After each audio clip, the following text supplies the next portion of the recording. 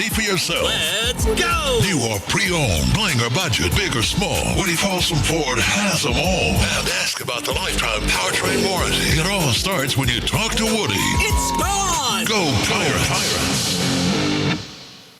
Trinity Electrical Services is proud to provide the absolute best in industrial and commercial lighting. Folks from all around trust Trinity. They set the industry standard in industrial and commercial contracting work, including sports field lighting and airfield construction. Give owner Chad Hutchinson a call today. 912-366-7773. Again, that number, 912-366-7773. Trinity Electrical Services, located at 2317 Golden Miles West, Suite 4 in Baxley. Looking for the perfect manufactured or modular home? Look no further. Introducing Uri's Home Center, your premier manufactured home dealer serving Georgia, Florida, and Tennessee. At Uri's Home Center, we're committed to finding you the ideal manufactured or modular home that fits your lifestyle and budget. Whether you're a first-time buyer, a growing family, or looking to downsize, we have the home for you. Call us today, 912-240-0111, or visit us on the web at uris.com. That's YUREZZ.com. Promotional offers and availability may vary. See store for details.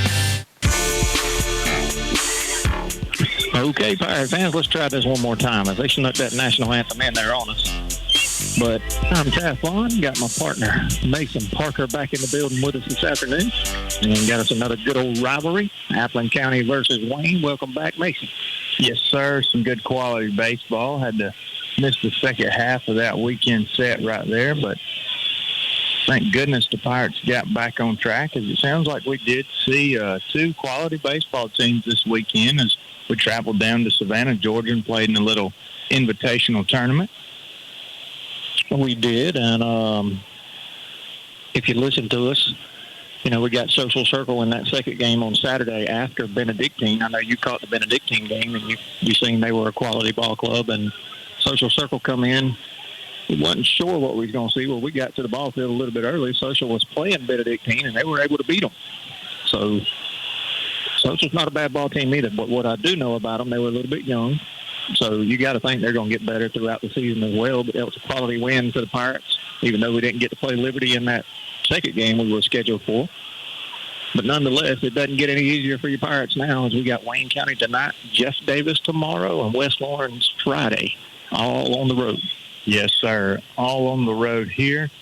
And like you said, that Benedictine baseball team was a very good baseball team, but the Pirates gave that one away, in my opinion.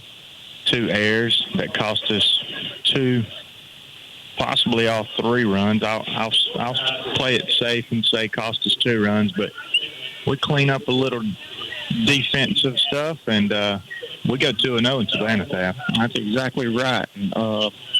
We already got Gavin Mixon on the mound taking some warm-up pitches, and I'll let you go ahead and get this Wayne County lineup out of the way.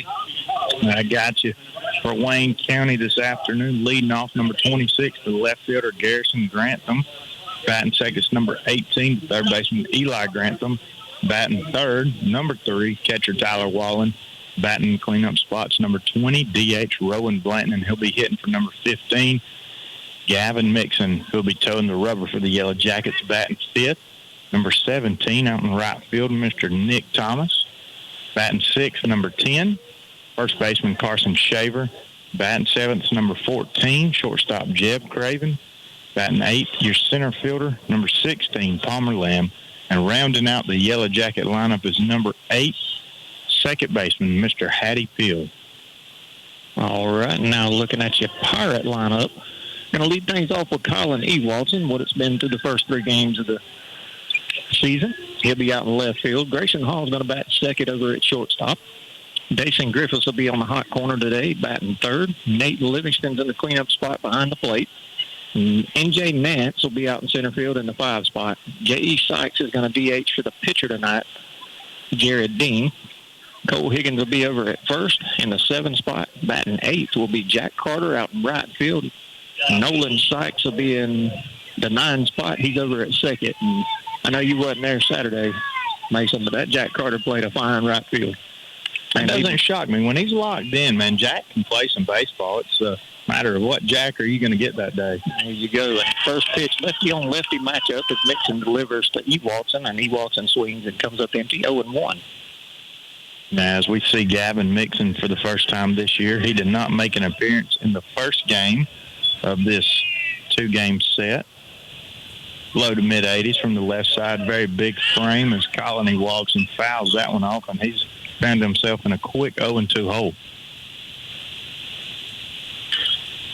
Well, if you were just walking up to the field and you looked on the pitcher's mound, you're like, what did they go over to the football complex and find the defensive tackle or the middle linebacker and put him on the mound? They did. That one was a letter high, outer half, didn't get the call, 1-2. Good 2-strike pitch from Mixon, but I'll have to agree with the home plate umpire. That one missed a few inches outside as Wallen did his best to bring it back in. I'll have to count on you tonight as you got a little better view of the plate as that pitch is swung on and hit high out in the center field. He's coming in and is able to make the catch, and that is Lamb for the first out of the inning.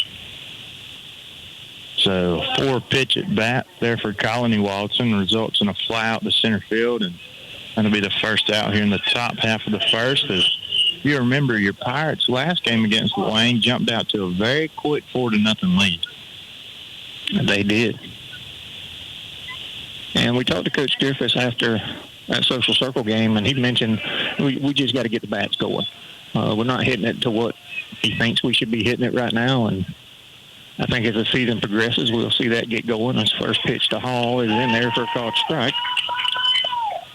First time we've seen a changeup from Mixon, caught the outside corner at the knees.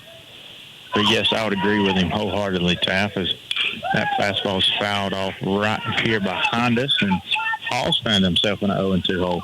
But I'll have to agree with Coach Griffiths. Coming into the season, I was not worried about our pitching staff. I was not worried about our defense. I'm really not worried about our sticks, but that is the most iffy part as Grayson Hall swings for that fastball letter high. And that is a very quick 2 outs for Gavin Mixon here.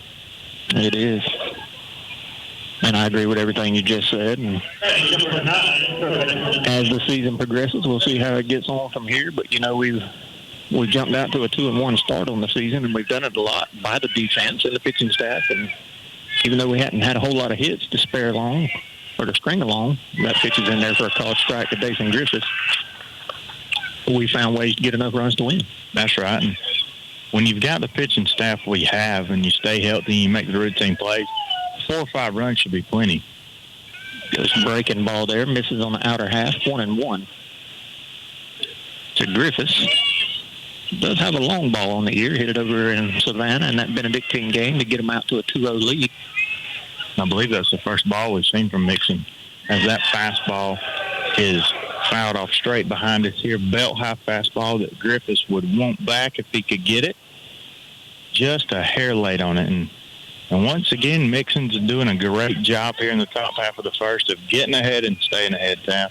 He is. And if you've never been to Wayne County, the dimension here is pretty unique for a ball field. 300 down the lines, and then you got to hit a poke to get it out of center field. I believe it's 400 with a wall. It is.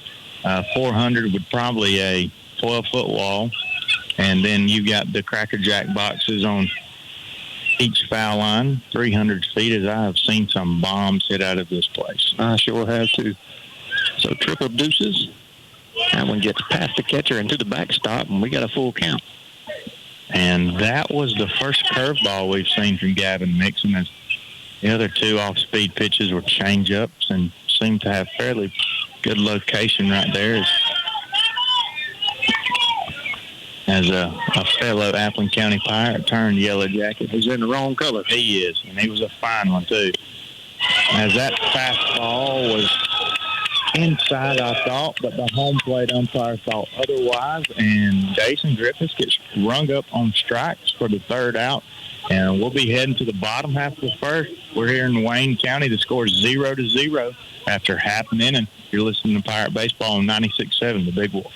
You've reached Cody's cell phone. Please leave me a message after the beep and I'll call you back.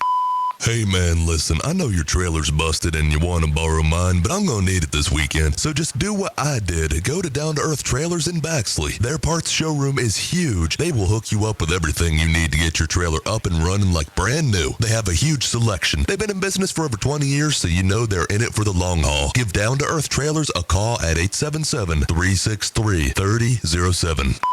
untangling your headphones, finding the right remote, saying goodbye to your favorite shirt that hasn't fit in 10 years. Why are simple things sometimes so complicated? Thankfully, with auto owners, insurance doesn't have to be one of them. Auto Owners works with independent agents who live in your community and answer when you call, so you can worry about more important things, like finding a new favorite shirt. That's simple human sense. See Rents and Rents Insurance on South Main Street in Baxley or call 912-367-1479 for all your insurance needs. Identify yourself. WUFE and W244CR. Baxley. I like them even better now. The greatest hits of all time. The Big Wolf 96.7. Welcome back. Bottom half of the first coming up. 1, 2, 3. Grantham, and Walling do up for the Wayne County Yellow Jackets. Pirates had nothing doing as they went up 1, 2, 3. Or went down 1, 2, 3. They're in the top half of the first. Very quiet top half of the first. Colony Walton, the only Pirate to put a ball in play, and that was a fly ball to center field. And then Grayson Hall goes down swinging, and Dason Griffiths goes down looking on a very questionable called strike 3, but nonetheless it was. So we find ourselves here in the bottom half of the inning. Garrison Grantham to lead things off for the Yellow Jackets. This is a slightly different lineup than we saw the other night, as I believe shortstop Jeb Craven was responsible for the leadoff duties last time we saw Wayne County, and Coach McDonald has decided to shake this lineup up. And they will be facing Jared Dean. Dean has had 1.2 innings pitched so far this year. Has gave up no hits, gave 1 run, had 3 walks and 2 strikeouts. So I haven't seen a whole lot of Dean, but we've seen enough to know that he's pitched pretty well. As the first pitch from Dean is in there for a called strike. It's like he caught the black outer half, 0-1.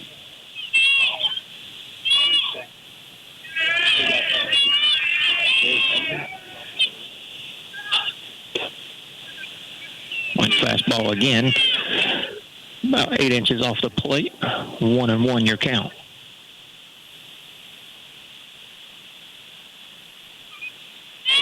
Got a pretty good view of home tonight. 1-1, up and away, 2-1.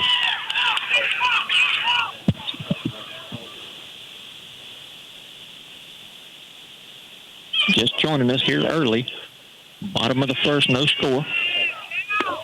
That one's going to cross around the ankles, and Dean's behind 3-1. For those of you that aren't here, you want to get a view of what we're looking at. Pirates in the black jerseys with the silver pants. Wayne County's in the white jerseys with the, as that pitch is swung on, hit high and deep out into right field. If it's fair, it's gone, and it is foul. As it did clear the fence in that short 300-foot corner. But he missed a home run by about 2 feet. So we're right on the line.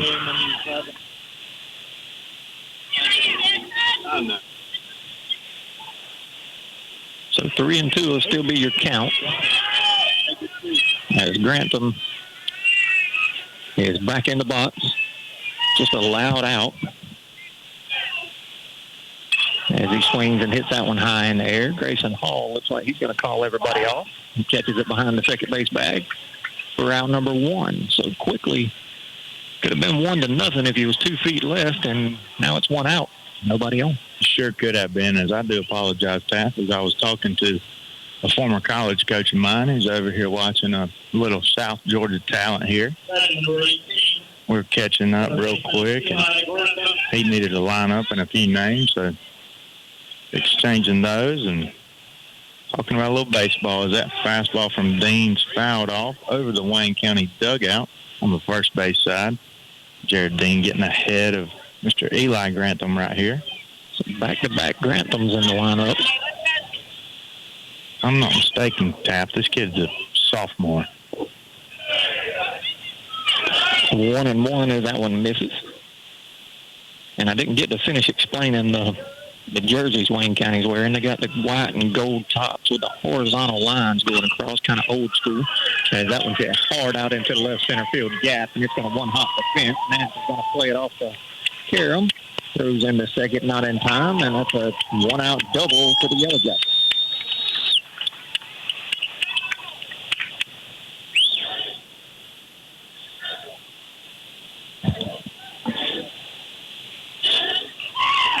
So two pretty hard-hit balls here for the 1- and 2-hole hitters. One resulted in an out, the other one hop double off the wall. Yeah, that ball hit by Eli Grantham was roped in the left center gap, one hop. And if you're looking at what we're looking at, one hopped off of the prime south part of the netting out there.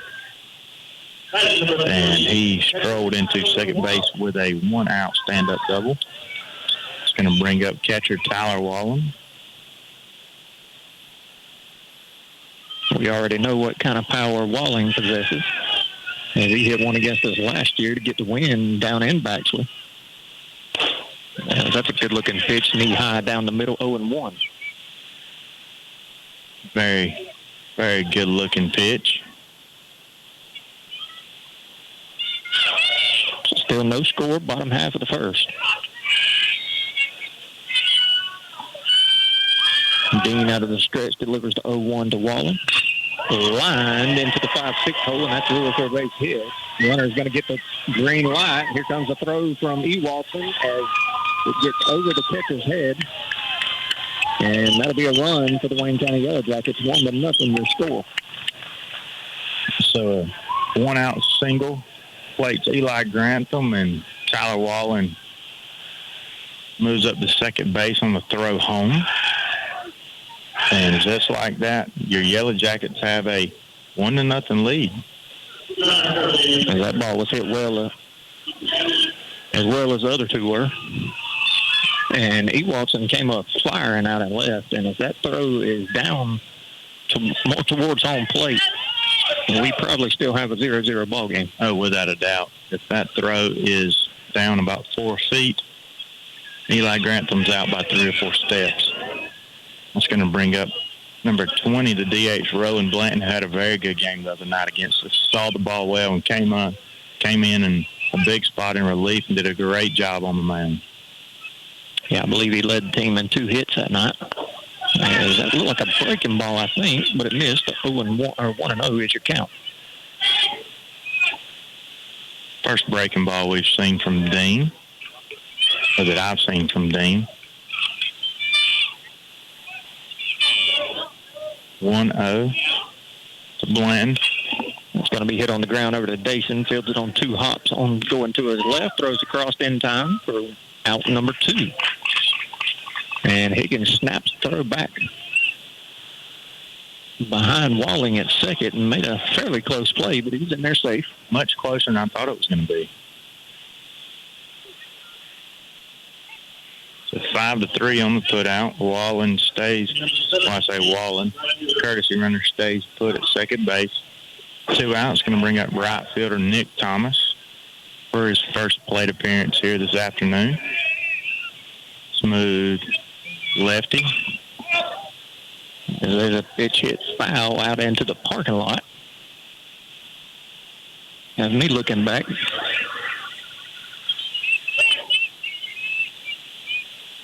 See if it's getting anybody's vehicles. Mm-hmm. So 0-1 your count now to Thomas. Runner in scoring position. As that one's in the dirt and gets away from Livingston. Runner's going to move up into third and be just 90 feet away from a second run for the Yellow Jackets. Evens the count at 1 ball and 1 strike for the Yellow Jacket right fielder Nick Thomas. 2 outs here in the bottom half of the first. If you're just joining us, Wayne County Yellow Jackets have plated 1 here in the bottom half, and they are winning by a score of 1-0 right now. Good breaking ball. Outer half, 1 and 2. As it looks like the home plate umpire is going to give that side of the plate a little tonight, but both pitchers will be able to take advantage. He went breaking ball again. Going to be hit off the hands over towards Higgins at first. He's going to be able to step on the bag on a 3 unassisted for the out number 3. But not before Wayne County puts up a 1 spot here in the bottom half of the first and takes the lead We'll be back with the top half of the second. You're listening to Pirate Baseball on 96.7 The Big Wolf. Let's go for a slice. Village Pizza in Baxley has the best pizza around. Everybody knows that, but did you know they've also got a variety of delicious cheese sticks, fresh sandwiches, and barbecue and hot wings? Why not treat yourself to the lunch buffet? It's chock full of just about everything your heart and stomach desire, and it's available from 11 a.m. until 2 p.m. They've got a party room in the back, perfect for birthday parties and meetings. Village Pizza on North Main Street in Baxley, open Monday through Saturday from 11 a.m. until 9 p.m. Give Village Pizza a call, 912-367-9851. Are you looking for compassionate primary care for you and your family? Someone who can be there for you 7 days a week as needed? Well, look no further than Healthy Community Center in Baxley, where Cheryl Cox and Nicole Lee, family nurse practitioners, provide primary care to patients in Baxley and surrounding areas. If you're looking for a change or for someone who will be there for you when you need them, not just when it's convenient, give us a call at 912-705-2273 and let us take care of you. When should you call Lisa Pierce at the Lisa Pierce Agency in Baxley? If you drive this. If you fly this. If you ride this. Lisa Pierce is serious about protecting your business investments and toys. Stop and see Lisa Pierce at 395 West Parker Street in Baxley. Or call her at 912-367-4100. She makes it personal. Underwritten by Farmers Truck Fire Insurance Exchanges and Affiliates. Products not available in every state. 1-0 your score here as Wayne County jumps out to a lead on your Pirates. They're in the bottom half of the first. See what the Pirates can get going with 4, 5, 6 due up here. If we can get that run back. See if we can break the hit column right here at least. Because 2 of the 3 outs in the first inning were strikeouts. We do need to cut down on those. First pitch from Nixon is up and outside. 1-0.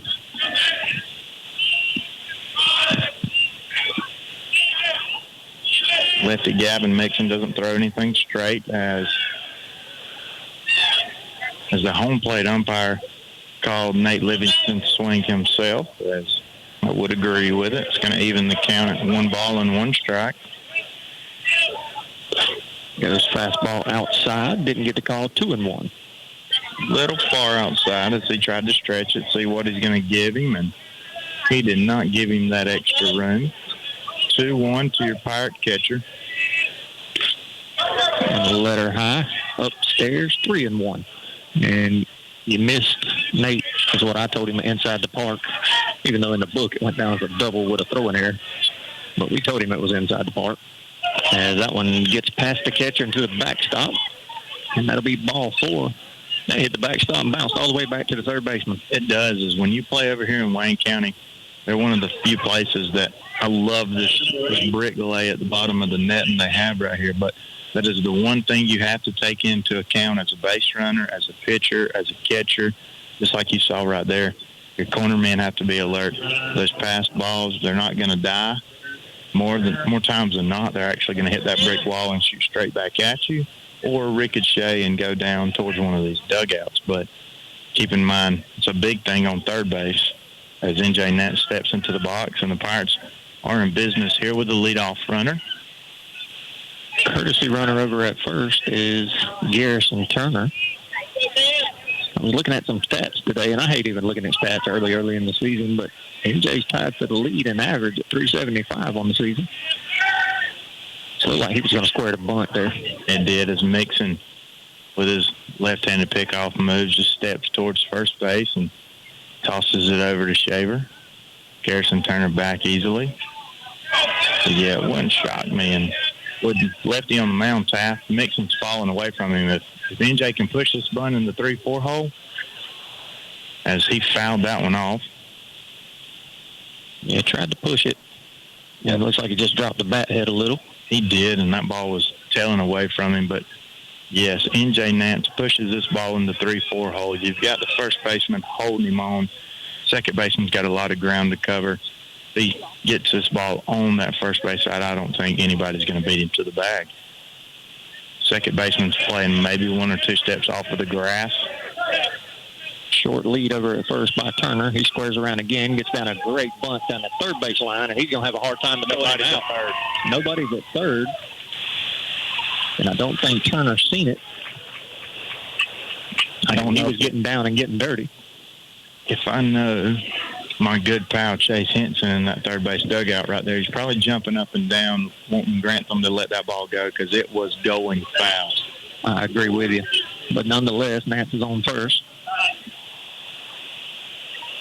So a walk and a bunt single to lead off top half of the second. So John Evan Sykes steps in the box. First and second, nobody out. And Mixon has a little deep pickoff move to second base to keep everybody honest.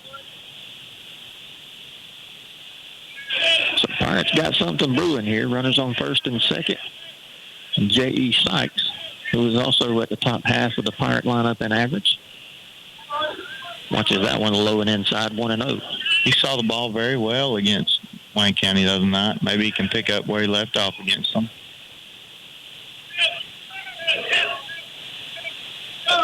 Him and MJ both tied around that 400 mark. Assuming I got all the stats right. I did it quickly, but it's somewhere around that mark. 1-1 as he swings and misses it. The 1-0 pitch. As Mixon had a very good first inning, having to labor here a little. Nothing crazy. A little behind that fastball, 1-2 as he comes up empty. Yeah. He was late on that fastball. I don't know if he was sitting on an off-speed pitch, but Mixon did blow that one by him. And Sykes finds himself in a 1-2 count here. Pretty good gap out in right center field, and that's where he's kind of been hitting the ball, so that'd be nice. And he does go to the right side, but foul. As I can't help to say in this situation right here, first and second, nobody out. I know you are approaching the bottom half of this lineup, but I'm still such a fan of small ball. Let's see what Sykes can do right here with 2 strikes. As he hits up into the 3-4 hole, and that's going to get through for a base hit. They're going to wave Turner. And he slams on brakes and pulls him up, which is a great idea, I believe. A very good idea. Nick Thomas comes up and threw a strike to catcher Tyler Wallen, and Garrison Turner would have been out by several steps. And no, it wasn't a bunt, but John Evan Sykes did about the next thing out of the textbook right there. Ground ball into the 3-4 hole that got through. So Pirates threatening for the first time tonight. Bases are loaded for first baseman Cole Higgins. Nobody's out. Top half of the second. If you're just joining us, the score is 1-0 Wayne County as Coach McDonald is going to take his first visit to the mound. And here's a spot for Higgins to get his season going. This would be a big opportunity to get a hit on the board. Very big opportunity. Is we need to at least tie the baseball game right here. If you're Wayne County, you're going to concede a run for 2 outs unless it's just hit very hard in one of these corner men or comebacker to the pitcher.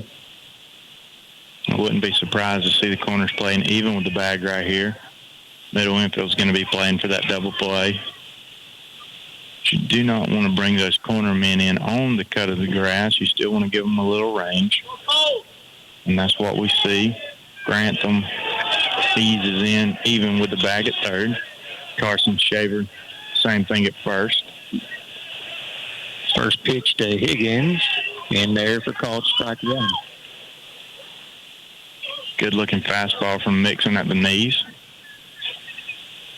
Yeah, went inner half of the plate with it. And just a tough pitcher's pitch. Same exact pitch, now 0-2.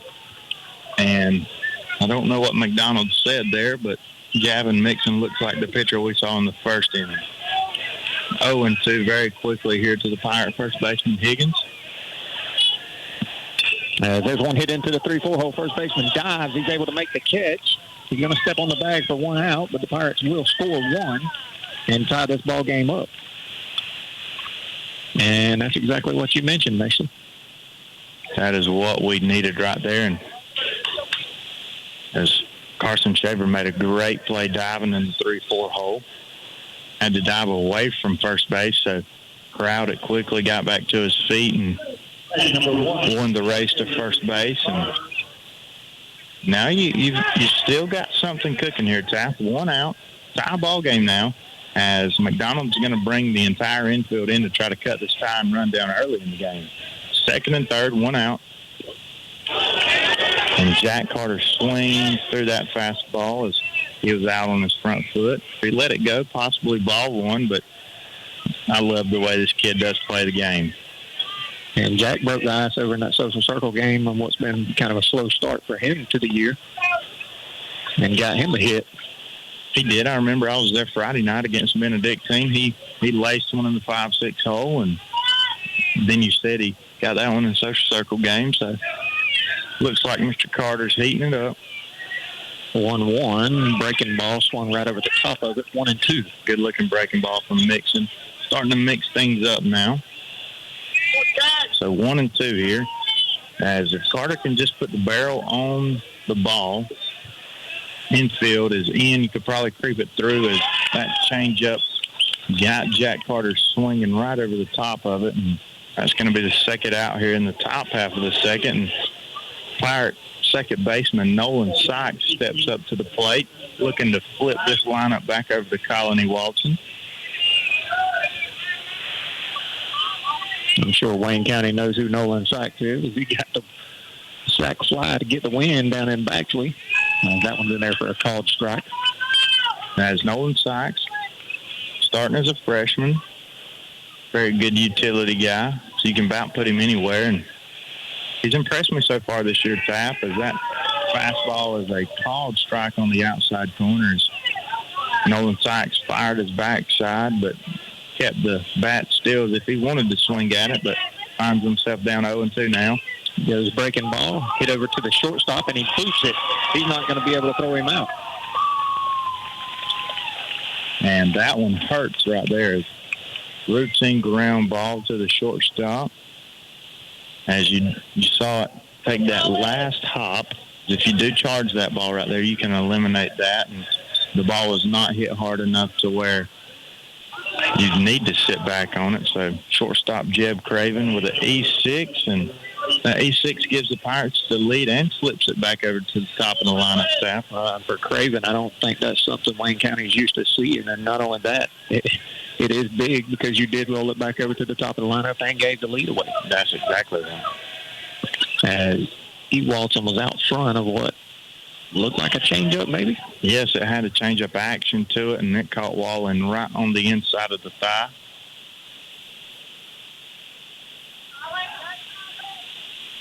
So Pirates are answered back and took a 2-1 lead and still have them at the corners. As Nolan Sykes was down 0-2 and did a great job of fighting to stay alive and just putting the ball in play, and you see if you put it in play, things can happen. Just breaking ball, and it's a good one. As Colin wanted to swing, but he held up 0-2. He did. Started that breaking ball at Colin's front hip and brought it back through the front door. Well, breaking ball again, got the swing and the miss, and that'll be out number 3, but not before the Pirates are able to take the lead in the top of the second. 2-1. You're listening to Pirate Baseball on 96.7, The Big Wolf. Livingston's Garage and Wrecker Service is Baxley's trusted auto repair shop. Their skilled and professional team is committed to getting you back on the road without breaking the bank. They do everything from oil changes and tire rotations to battery work and mechanic work, and they offer a 24-hour wrecker service. They even haul heavy equipment. Located on US 1 north of Baxley, Livingston's Garage, locally owned and operated. Give Livingston's Garage and Wrecker Service a call today, 367-2459. That's 367-2459. Nothing beats that ride home after winning the big game, especially if you're riding home in your new ride from Woody Folsom Chevrolet Buick GMC. Woody's highly trained team has been coached to get you the most car for your money and the most money for your car. Let us go to bat for you. Whether you're looking for the latest, greatest, top-of-the-line sports car or a safe, sensible SUV to take the kids to and from the game, you'll find your perfect ride when you talk to Woody. Together, let's drive to Woody Folsom Chevrolet Buick GMC in Baxley. Bottom half of the second coming up. Pirates were able to take a lead 2-1 over the rival Wayne County Yellow Jackets. So still early in the game. A lot of baseball left to be played, but great top half for your Pirates. That's exactly what you wanted to do in that situation, Mason. You had to make something out of it, and the Pirates did make more than something as they took the lead. And real quick, Taff, I was just messaged, and while we're on air and we're getting this in and started, a quick early birthday shout-out to Mr. Taff Vaughn, the big 40 tomorrow. His wife caught him slacking and got it a day early and said that she and the family love you a lot and they're very thankful for you, and they're riding and listening and wanted to hear it. Well, I appreciate that. I lost that ball. I have no idea where it went. As Nolan Sykes looks like he's camped out up under, and he sure is, as one pitch, one out, and that's just what the doctor ordered. I'm glad you were looking, because when it left the bat, I never seen it again until he caught it. And we're at that time of night to where, and it may affect the fielders in the same type of way. Or it could just be that you're 40 years old and can't see anymore. That was a perfect moment for you to hit right there. There we go. And I should have known Mason Parker could do that. 1-0 as that one misses inside corner. Had to be inside. That ball was belt high. So the Pirates get the leadoff out. Carson Shaver pops up to Nolan Sykes, and shortstop Jeb Craven has a 1-1 count now. Swung on, fouled off of his foot, I believe, into the backstop. Jared Dean looking very good here in the bottom half of the second. Looks like a brand new pitcher. Well, he kind of done the same thing in his last outing. You know, struggled with the first 2 or 3, and then he really got into his groove. And he bounces a breaking ball. And that was against a good Benedictine team that we watched Friday night. He came in a pretty tough spot to relieve Caden Walls, who did an exceptional job. 2-2 here to the Yellow Jacket shortstop Craven as he bounces that one in the 5-6 hole. Jason Griffiths with a modified slide in the 5-6 hole pops up and throws a rope across the diamond for the second out of the inning. And if you are not an infielder, you will not appreciate that as much as I just did, as that is a very hard play to slide, going glove side into the 5-6 hole and stop on a dime, pop up and throw a rope. On a short hop at that. Yes, sir. That is very difficult to do. Short hop's difficult to field standing upright, much less while you're sliding. So very good play by Jason Griffiths. It's fun watching these guys play baseball, as our infield does make those difficult plays look routine most of the time. The left side of this Pirate infield is, when you talk about a glove, it doesn't get much better in AA baseball. I would put them up against about anybody in the state. Single A, AA, AAA, all the way up. As that one bounces away. And 1-0 is going to be your count to the leadoff man. Well, that's Mr. Palmer Lamb. Palmer Lamb. They're about to flip the lineup, but yes, as we were talking about that left side, you've got Jason Griffiths going to Tennessee, or verbal to Tennessee, as that fastball misses low and away for ball 2. And then Grayson Hall, a senior this year, just signed his letter of intent a few weeks ago, and he'll be playing college baseball at Chipola down in Marianna, Florida. And if you're familiar with JUCO baseball, Chipola is a very familiar name, as that fastball misses up in the zone, and very quickly 3-0 to the Yellow Jacket center fielder Palmer Lamb.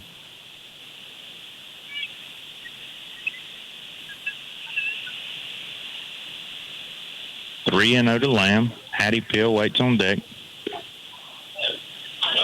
And a 4-pitch walk from Dean after getting the two Yellow Jackets, or the first two Yellow Jackets of this inning, out rather quickly.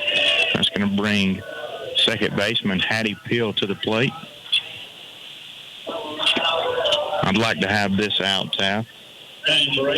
Most definitely. So we don't flip it over to Garrison Grantham and Eli Grantham, who one-hopped that ball off the left center fence. As that one's upstairs. 1-0. So 5 balls in a row from Dean is might need to take a step off the back of the mound, take a deep breath, and collect himself. You got a 1-run lead now. You got a great defense behind you. And that fastball misses away. That is 6 in a row for Dean. And good call by Coach Mercer, as I was waiting on Nate Livingston or Coach Mercer to call time and roll on out there to the mound and settle him down. They got 1-1 on the board, but I'm pretty sure it's 2-0, correct? I think it is 2-0 as well.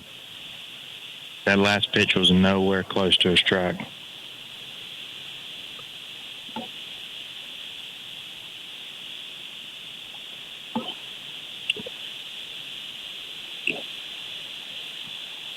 So big at-bat right here as the Yellow Jackets are looking to possibly flip this lineup over.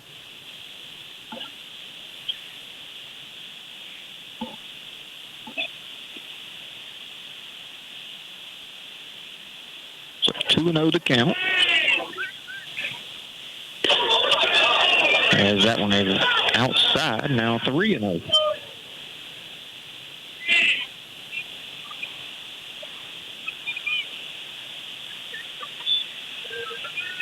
So 7 in a row from Dean.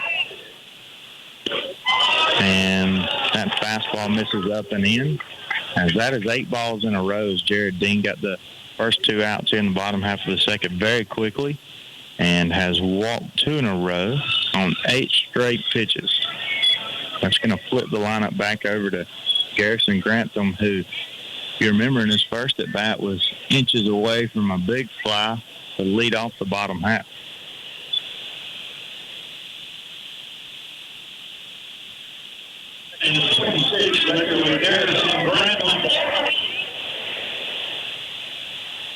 He was, and I'm trying to get my lineup right here. That's why I was kind of being a little quiet. I had it messed up.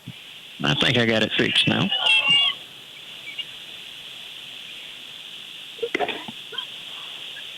So runners at first and second, as there's a strike from Dean. As when you throw 8 balls in a row, sometimes just getting that first strike is everything. So 0-1 to count now to Grantham.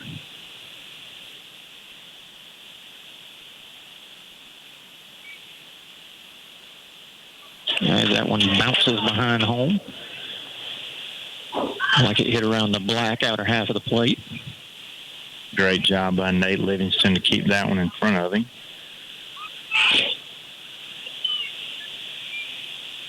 And that temperature is dropping in a hurry. Very quick. As that fastball misses out for ball 2. So 2 balls, 1 strike, 2 outs. 2-1's your score. Pirates leading here in the bottom half of the second.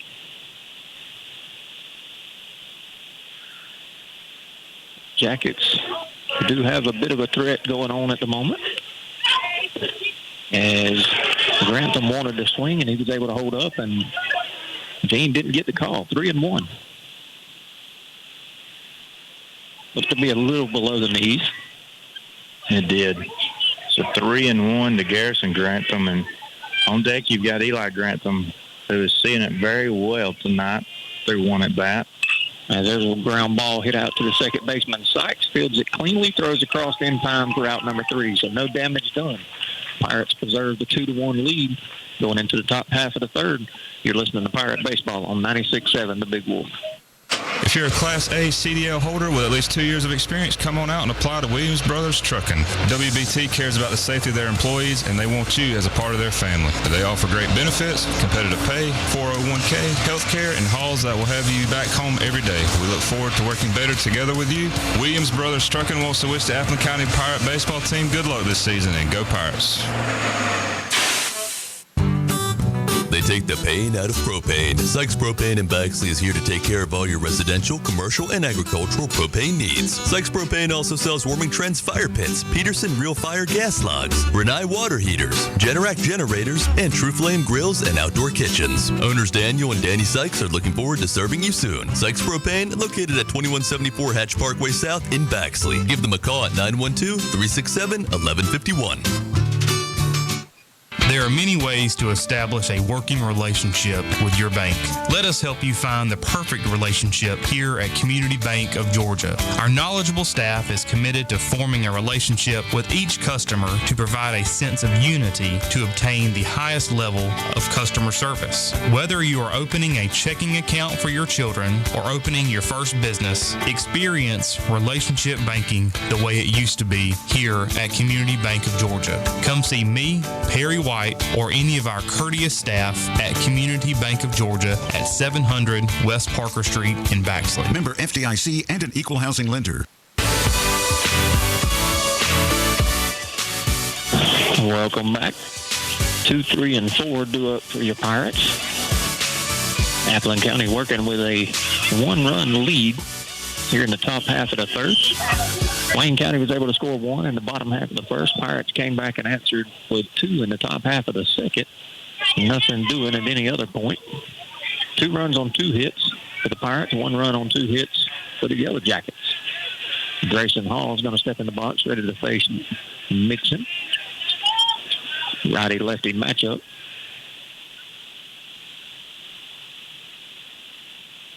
Umpire calls time. Not sure what that was for.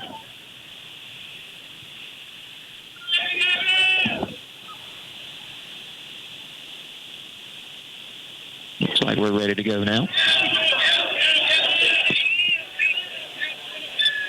Hall 0 for 1 on the night. He starts him off with a breaking ball that gets all the way to the backstop. 1-0.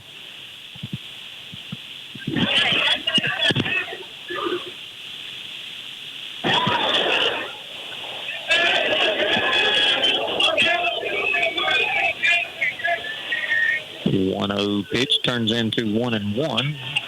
I thought it was a little outside, but Mixon got the call. 1-1.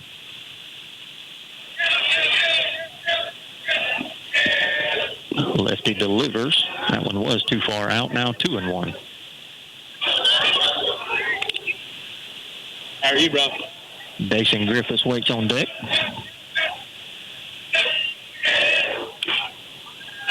Big swing, fouls it straight back into the net. Now 2-2.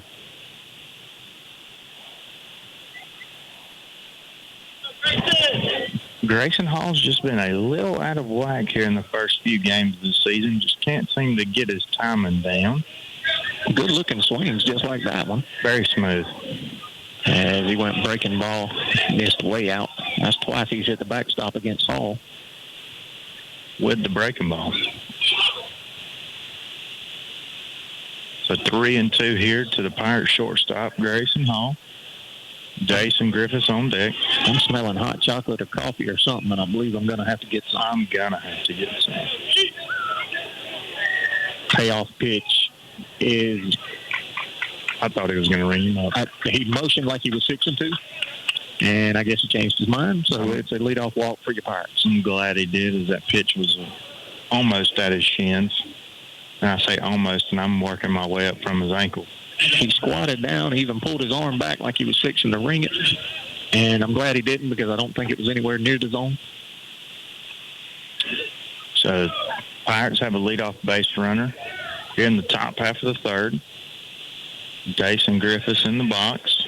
If the Pirates can get this top half of the lineup going like the bottom half did there in the early part of the game, which was still early part, I guess you would say. But it would help if the whole lineup would get going. For one game, that would be the first game where the whole lineup hit this season. And good point. I think we could do some damage. Starts Griffiths off with a breaking ball. Looked like it broke around the plate, outer half. It did. Griffiths ahead, 1 ball, no strikes. If you do mess around and leave one hanging at Dason, he might hit it in that football field. It is very possible. As it didn't look like a terrible pitch, but the catcher had to reach and didn't frame it very well. So 2-0 your count. 2-0, yes, and I always loved playing on this field, but every time I played on this field, I always saw some guy throwing pretty hard. 2-0, hard line drive out in the center field. Center fielder's going to have to watch it fall in front of him. And that'll be a single for Dason, and that'll put runners at first and second for the Pirates with no outs. And Grayson Hall did a great job of tracking that baseball as Palmer Lamb almost lured him right into thinking he was going to catch it. And normally there, your runner coming off of first base would be about 3 to 4 steps, but Hall knew his speed and he knew the situation, so he creeped on out there a little over halfway, and thankfully he did, because that ball popped straight to Palmer Lamb, and he would have been called out on the force at second. But great read by him, good piece of hitting by Griffiths, and the Pirates are back in business, first and second, nobody out. Nate Livingston in the box squares the bunt. As he gets it down, Mixon's going to have to field it, and by the time he fields it, there is no play. So an infield single for Nate Livingston on the bunt half. There's 2 great bunts by your Pirates. And, I don't think Nate would say he's the fastest guy in the world, and he's already touched all 4 bases in the social circle game, and now he's bunting for a single. He sure has. And how about this right here? Wouldn't this be a great time for NJ Nance to tally his first long ball of the season? Well, it sure would. Maybe you just spoke it into existence. Turn one around here in this short porch in left field as Sid Royal's going to take a few steps out towards the mound. And I tell you, he was something else on the mound. He was a good one. And that is one of the arms that I had the pleasure of facing in high school when I got excited about playing on these short porches. And those boys had very healthy fastballs, but their breaking pitches were just as good too. So if you're sitting dead red, you better be on time. Well, and we mentioned the Pirates really need to get the bats crunk up, and so far early in the game, we got 4 hits. That's nearing the tally that we've had just about every game. So hopefully we can keep that going throughout the game. I would like to see it. In one game where the Pirates hit as a team going into a very big game tomorrow, non-region competition, but once again, one of them bigger rivalries. NJ Nance, I'd be looking dead red here out of that pitcher's meeting, as he sure was, and he was just a tad late on it. 0-1 to Nance. I love the aggressive mentality there from 8. And we know the breaking ball hasn't been there for him, as that fastball was on the inside part of the plate, and he quick pitched there. He got Nance for... He quick pitched again. Nance asked for time. Umpire didn't grant it. It missed low and in. Luckily, it did miss low because Nance's top hand was off of the bat. Yeah, he's working fast now. 1-2, swung right over the top of it. Catcher was able to hold on, and that'll be the first out of the inning. As that's borderline flirting with it right there. It is. Home plate umpire does have to take some initiative right there. I do understand that as a hitter, you've got to be ready to hit when you step in that box. But at the same time, you cannot allow that. Sykes steps in now, going to miss low and away, and he's up ahead 1-0. As that second pitch that Nance saw, if he didn't get quick pitch there, I think he could have turned that one around. 1-0 on the way, swung on and missed, now 1-1. Bases loaded for the Pirates with 1 out. Another golden opportunity to add some runs with his 2-1 lead. We've got to get something out of this right here. Fly ball, sacrifice fly, anything. As Jay Sykes swings through that fastball from Gavin Nixon. And he is quick pitching him again. As home plate umpire finally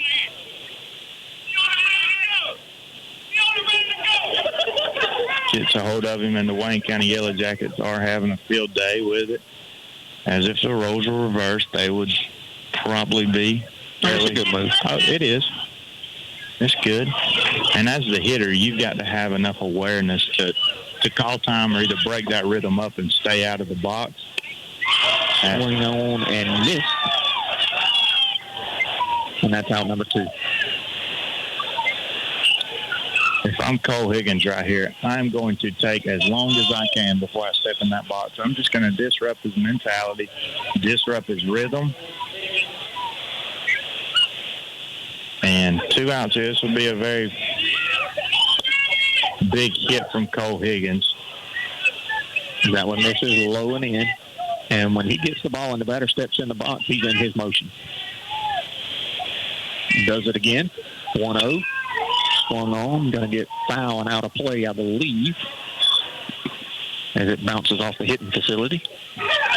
As if I was a hitter right here, after watching these first 2 guys ahead of me, I'm probably standing outside the batter's box until the home plate umpire tells me to get in, just to play with his rhythm and get him out of his zone that he's in, because these last 2 hitters, he has looked locked in for sure. And that's exactly what Higgins is doing. And umpire calls time. Crowd's upset, but I don't know that you can be upset in that situation. As Mixon is trying to get one over on these Pirate hitters. As that is a called strike. It went past the catcher's glove and caught the umpire either in the chest guard or the mask. It caught him in the face mask as Wallen's going out there to get with Gavin Mixon as he crossed Wallen up right there. He did. Yeah, for sure. So I believe your count's 1-2 instead of 2-1. It is 1-2. That was a called strike, and Wallen and Mixon look to be on the same page now. Because I don't think I've seen Wallen whiff like that in 2 years. Swung on and fouled back and out of play. And you're talking about a momentum shift here, Taft. If Gavin Mixon strikes Cole Higgins out or gets the 3rd out of this half inning without allowing a run after the bases were loaded, Wayne County's going to be pumped up. And that one's hit back up the middle. That's going to get through for a base hit. 1 run's going to score for the Pirates. 2 runs going to score for the Pirates. And it is 4-1 Appleton County. Great piece of 2-strike hitting by Mr. Cole Higgins, and no better time to get it going than now, Staff. That 2-out single plates 2 Pirates, and that lead is now extended to 3. So 2-1 before that pitch, and it is now 4-1. It's going to bring in the Pirate right fielder, Jack Carter. Cole Higgins didn't try to do too much with it. Just put a barrel on it and right back where it came from. Shortened his swing up. He didn't have time to do much else. As if I know anybody that will mess with his rhythm, Jack Carter will. I agree. First pitch. Oh, as I thought was high. He got the call 0-1. He did get the call there. That ball was at the letters. Called strike 1 on Jack Carter. 0-1. 2 outs here in the top half of the 3rd. And the pitch swung on, a little behind the fastball, now 0-2. The Pirates are winning by a score of 4-1. Plated 2 in the top half of the 2nd, 2 in the top half of the 3rd. Wayne County scored 1 in the bottom half of the 1st, and that is where you are now. 0-2 to Jack Carter. 0-2 inside corner, got the call for strike 3, but not before the Pirates put up another 2 spot. And it's a 4-1 ball game. Got to go to the bottom half of the 3rd. You're listening to Pirate Baseball on 96.7, the Big Wolf. Getting only one fuel bill a month sure saves time and money, and that's just one of the many benefits since Murray Oil and Omaha Oil have teamed up. The combined businesses mean better pricing on most petroleum products. Be sure to fill up at the convenient key pumps just off South Main Street in Baxley, where all grades of fuel are available. And now when you need diesel, they make it easy to get your DEF fluid at the same time with their convenient DEF pump, only at Omaha Oil. Murray Oil and Omaha Oil, working together to better serve you.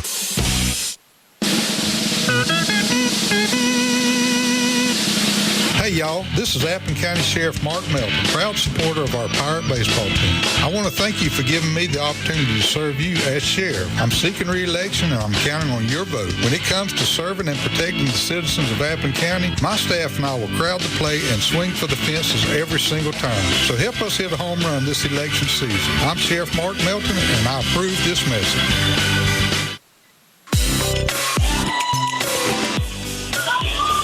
Jared Dean's going to toe the rubber for the bottom half of the third. And he's working with a 3-run lead in a 4-1 ball game in favor of your Pirates. As who does Wayne County have coming up here? You got 2, 3, 4 here, Taff. Eli Grantham, Tyler Walling, and the DH Rowan Blanton. Wanted to make sure I had my lineup correct. As I do.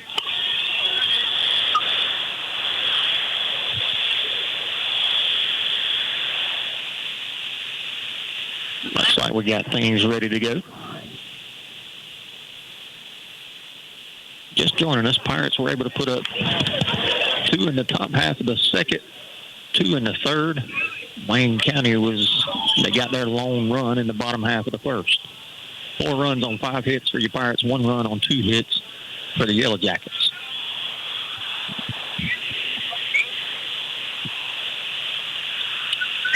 So the 2-hole hitter Grantham, who had a big double back in the first, resulted in that 1 run for the Yellow Jackets, or helped the result.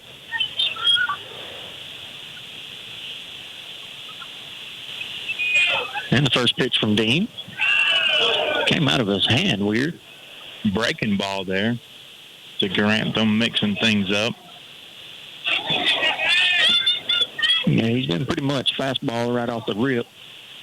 And he changed it up on him there. He did, as Grantham's one of the only ones to barrel it up off of him thus far. And that pitches have been called a strike most of the game, and Jared Dean didn't get it. And Grantham's ahead in the count, 2 balls, no strikes.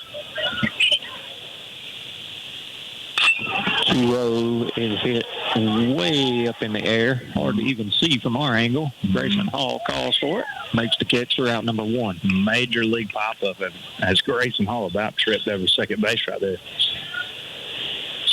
As where it got to its apex up there, I couldn't see it anymore. It was a very high pop-up.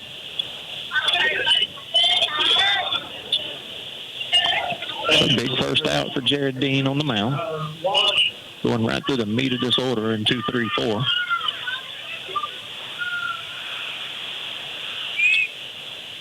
And he starts him off with a curveball, misses in the dirt. One time through the lineup, coaching staff saw their mentalities, and Coach Mercer's mixing things up now. 1-0 goes back to the breaking ball. That wasn't a bad one there, but he didn't get the call. 2-0. So back-to-back breaking balls to the Yellow Jacket catcher.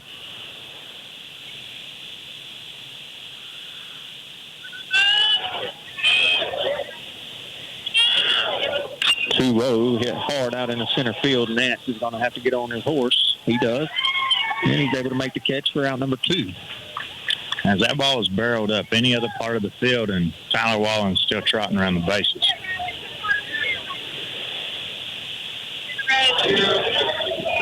Yeah, he didn't miss much of the barrel on that one, but it results in the second out of the inning. It's going to bring up the Yellow Jacket DH, Rowan Blanton.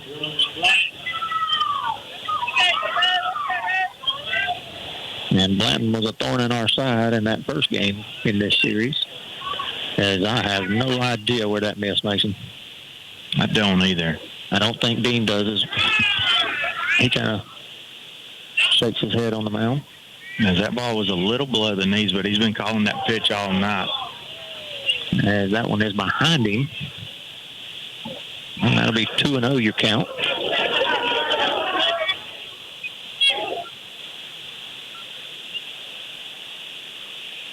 Two balls, no strikes to the Yellow Jacket DH, Rowan Blanton. 2 outs here in the bottom half of the third. And he reached back and tried to get a little extra on that. Lost it upstairs, 3-0.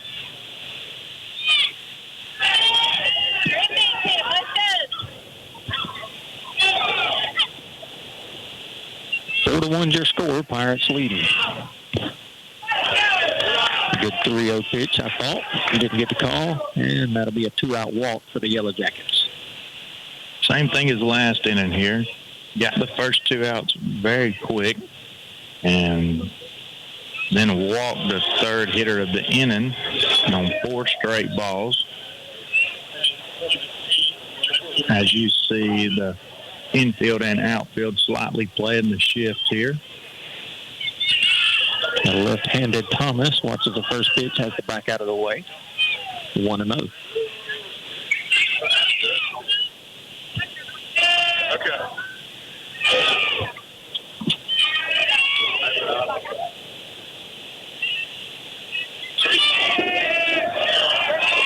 Same track record here. That's 5 in a row. And he got the call that time. Now 1-1. Good-looking pitch on the inside corner at the belt. Called strike 1.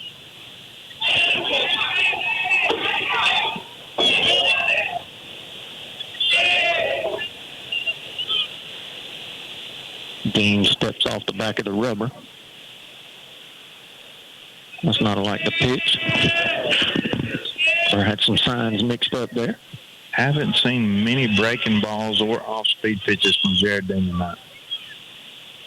Just for that 2 and 3 hitter, and outside of that, hadn't been a whole lot of them as that runner was in motion, and that was going to be fouled off over the Pirate dugout. As we thought it was a hit and run, and McDonald looks over there at the runner and Chase Henson at first base, just throws his hands up kind of like maybe it was a missed sign. I mean, 2 outs with 2 strikes. I mean, not a terrible place to do a hit and run, but not the ideal one. That pitch is lined to Grayson Hall, and he's able to make the play for out number 3. So Pirates hold on to a 4-1 lead. Going to go to the top half of the 4th. You're listening to Pirate Baseball on 96.7, the Big Wolf. Play ball!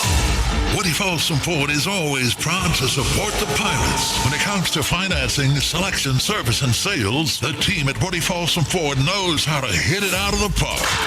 Round the bases to Woody Folsom Ford in Baxley and see for yourself. Let's go! New or pre-owned, bling or budget, big or small, Woody Folsom Ford has them all. And ask about the lifetime powertrain warranty. It all starts when you talk to Woody. It's gone! Go Pirates! Trinity Electrical Services is proud to provide the absolute best in industrial and commercial lighting. Folks from all around trust Trinity. They set the industry standard in industrial and commercial contracting work, including sports field lighting and airfield construction. Give owner Chad Hutchinson a call today. 912-366-7773. Again, that number, 912-366-7773. Trinity Electrical Services, located at 2317 Golden House West, Suite 4 in Baxley. Looking for the perfect manufactured or modular home? Look no further. Introducing Uri's Home Center, your premier manufactured home dealer serving Georgia, Florida, and Tennessee. At Uri's Home Center, we're committed to finding you the ideal manufactured or modular home that fits your lifestyle and budget. Whether you're a first-time buyer, a growing family, or looking to downsize, we have the home for you. Call us today, 912-240-0111, or visit us on the web at uris.com. That's YUREZZ.com. Promotional offers and availability may vary. See store for details. All righty, welcome back here. Pirate Baseball. We're going into the top half of the 4th inning. Pirates cling to a 4-1 lead over the Wayne County Yellow Jackets. 2 in the 2nd, 2 in the 3rd for your Pirates, and 1 run in the bottom half of the 1st for the Yellow Jackets. And that is a 4-1 score as we've got 9-1-2 due up for your Pirates here in the top half of the 4th. My honey bunny just came in clutch with 2 hot chocolates. Is that breaking ball? I appreciate that. Wraps around the outside part of the plate for ball 1. And Sykes watches that pitch miss low and out. 2-0. Mixon still on the mound. As the Pirates are doing a better job of emphasizing time right here, as Gavin Mixon is still trying to quick pitch him.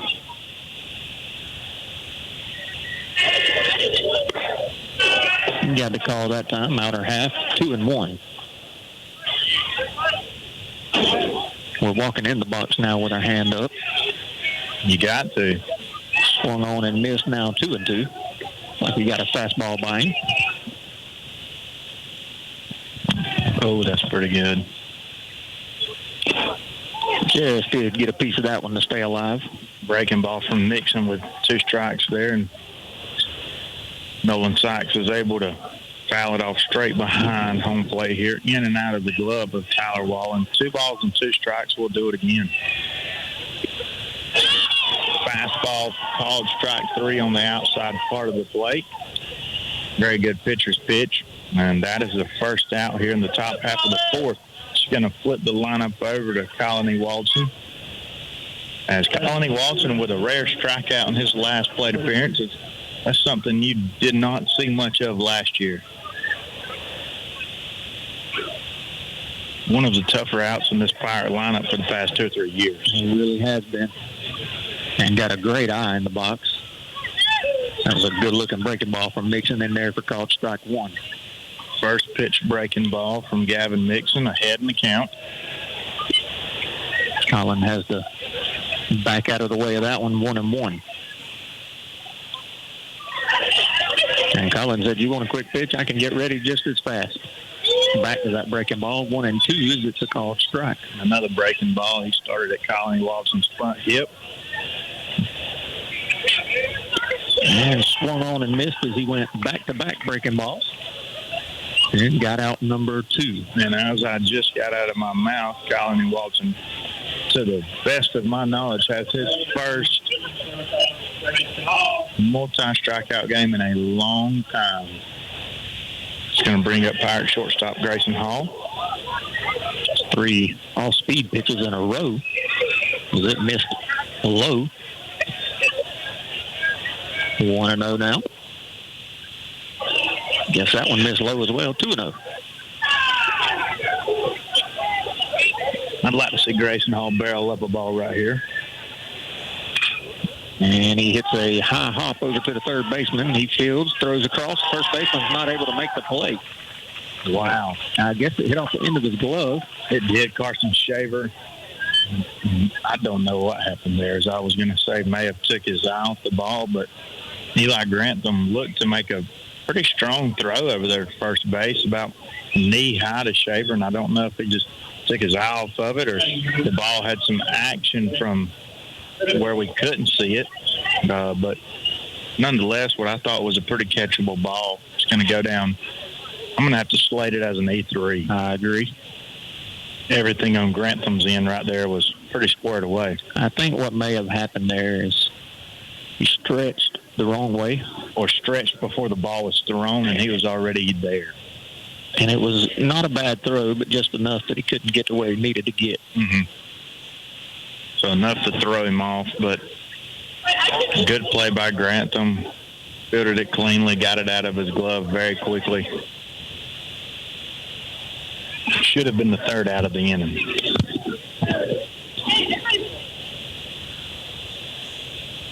But it's not. And we have a runner at first, and that's going to bring Dason Griffiths to the box. Man, would I love to see another big fly here from 9. 2 outs here in the top half of the 4th. Grayson Hall is your runner at first. Starts him off with a fastball, ankle high, 1-0.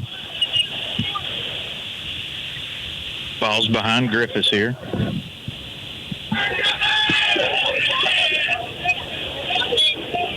Dason had a single his last at bat. 1 for 2 on the night. Curveball looped around the outside part of the plate. Did not catch the corner. 2 balls and no strikes to the Pirate third baseman here. And that's why I looked at you, because like I said, you got a little better view than I do. A very good plus count here for 9. As that fastball is in there for a called strike on the outside part of the plate. It's going to run the count to 2 balls and 1 strike. 2 outs here in the top half of the 4th. as Coach Griffiths could have something on here. I did see him look over there, and Mixon hasn't picked off yet, as he does now, and they did have something on. And the throw is short hopped to the second baseman. And great job of Grayson Hall right there, going ahead and committing, even though he knew Mixon was coming over.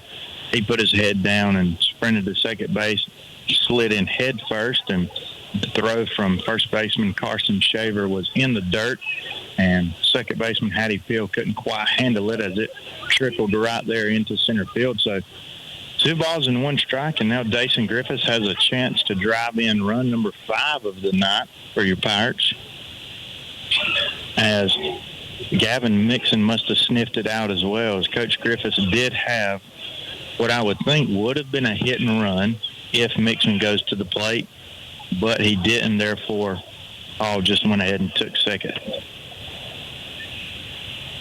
And I believe you are right, as that one's fouled back into the net now, 2-2. And I was just about to say, a great opportunity ahead in the count with the runner in scoring position for the 3-hole hitter. And even though it's 2-2, Mixon not out of the woods yet. Oh, no. Dason seen him well the last at bat. And the 2-2 pitch on the way. Fouls that one out of play. And we'll do it again. 2 balls, 2 strikes, 2 outs.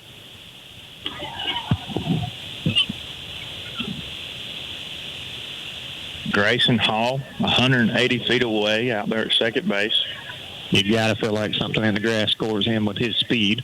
For sure, outfield's pretty deep. Swung on and missed, and that's out number 3. So nothing doing for the Pirates in the top half of the 4th. 4-1's your score. Appleton County leads. You're listening to Pirate Baseball on 96.7, The Big Wolf. You've reached Cody's cell phone. Please leave me a message after the beep and I'll call you back. Hey man, listen, I know your trailer's busted and you want to borrow mine, but I'm going to need it this weekend. So just do what I did. Go to Down to Earth Trailers in Baxley. Their parts showroom is huge. They will hook you up with everything you need to get your trailer up and running like brand new. They have a huge selection. They've been in business for over 20 years, so you know they're in it for the long haul. Give Down to Earth Trailers a call at 877-363-3007. Resetting your password, unsubscribing from emails, printing anything. Why are simple things sometimes so complicated? Thankfully, with an auto owner's insurance independent agent, getting the right coverage for your business doesn't have to be one of them, so you can get back to more important things, like learning how that printer works. That's simple human sense. See Rinse and Rinse Insurance, South Main Street in Baxley, or call 912-367-1479 for all your insurance needs. Identify yourself. WUFE And W244CR. Baxley. I like them even better now. The greatest hits of all time. The Big Wolf 96.7. Bottom half of the 4th coming up. Pirates working with a 4-1 lead over the Wayne County Yellow Jackets. Jared Dean still on the mound for the Pirates. He's had a pretty good outing so far today. He has. Jared Dean doing Jared Dean things, coming out in his first inning. Not as sharp as he would like to be in the first inning. Now, I say innings when I'm referring to his previous outings. He's been shaky in that first inning, and then after he settles in, it's almost like he's not 100% warm when he comes in or when he throws that rubber the first inning. And he spends that first inning getting warm.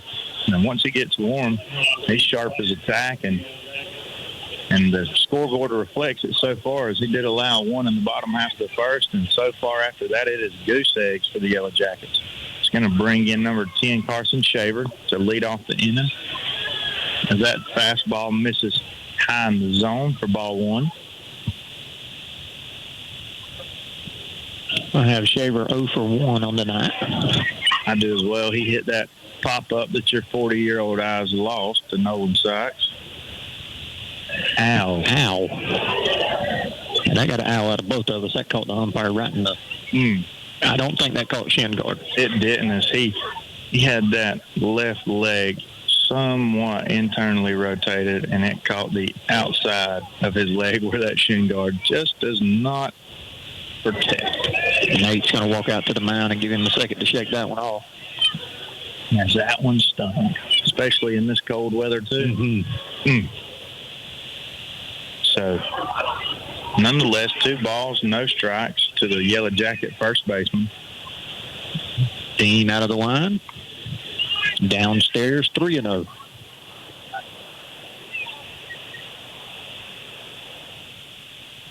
Four runs on 5 hits for your Pirates, 1 run on 2 hits for Wayne County. There's a 3-0 called strike. Be nice for the Pirates and Dean's confidence if he could come all the way back right here and get Shaver to roll over one here on this 3-1 pitch. Inside corner just does miss, and that's a leadoff walk for the Yellow Jackets. And I believe, well, I was about to say it, that Jared Dean's leash is probably getting fairly short. I had him around the mid-50s mark and pitches. Just as I said it, it's almost like Zach Griffiths, or Coach Griffiths, better yet, had my other AirPod in his left ear, and I had the right one in my right ear. Jared Dean is done for the night. A lot of hand claps for a solid outing from that young man, and he's going to turn the ball over to freshman Nolan Sykes.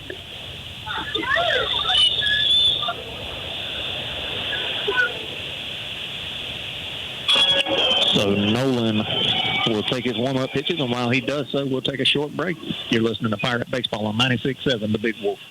Everyone at South Georgia Insurance Associates wants to wish the Appling County Pirate baseball team a fantastic season. South Georgia Insurance Associates is an independent agency bringing the best in auto, agribusiness, recreational vehicle, church, flood, and business insurance to Baxley and surrounding areas. They work with many different insurance companies to find a plan that's perfect for you. You can learn more about the services and resources that South Georgia Insurance Associates offers and request a quote online at sgiainsurance.com. That's sgiainsurance.com. Go Pirates!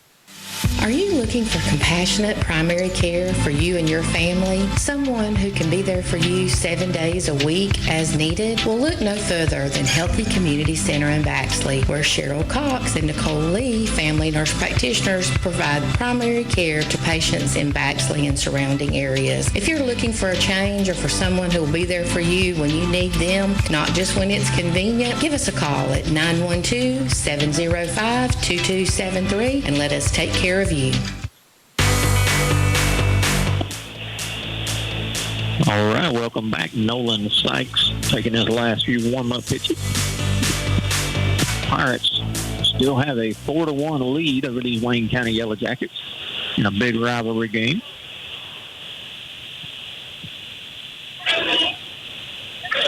He comes in after Jared Dean. He gave up a leadoff walk here in the bottom of the 4th. Sykes going to come in and see if he can shut the door and get these Pirate bats back in the box.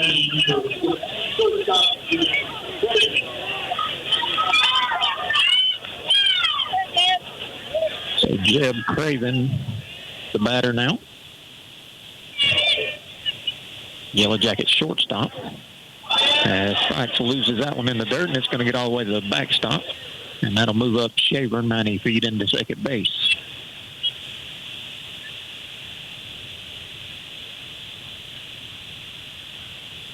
On the wild pitch. Yellow Jackets have a runner in scoring position with no outs.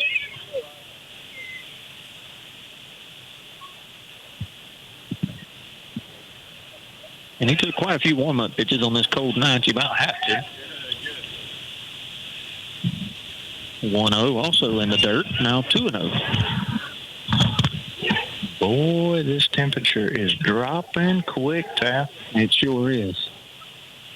It gets colder and colder every time I sit back down.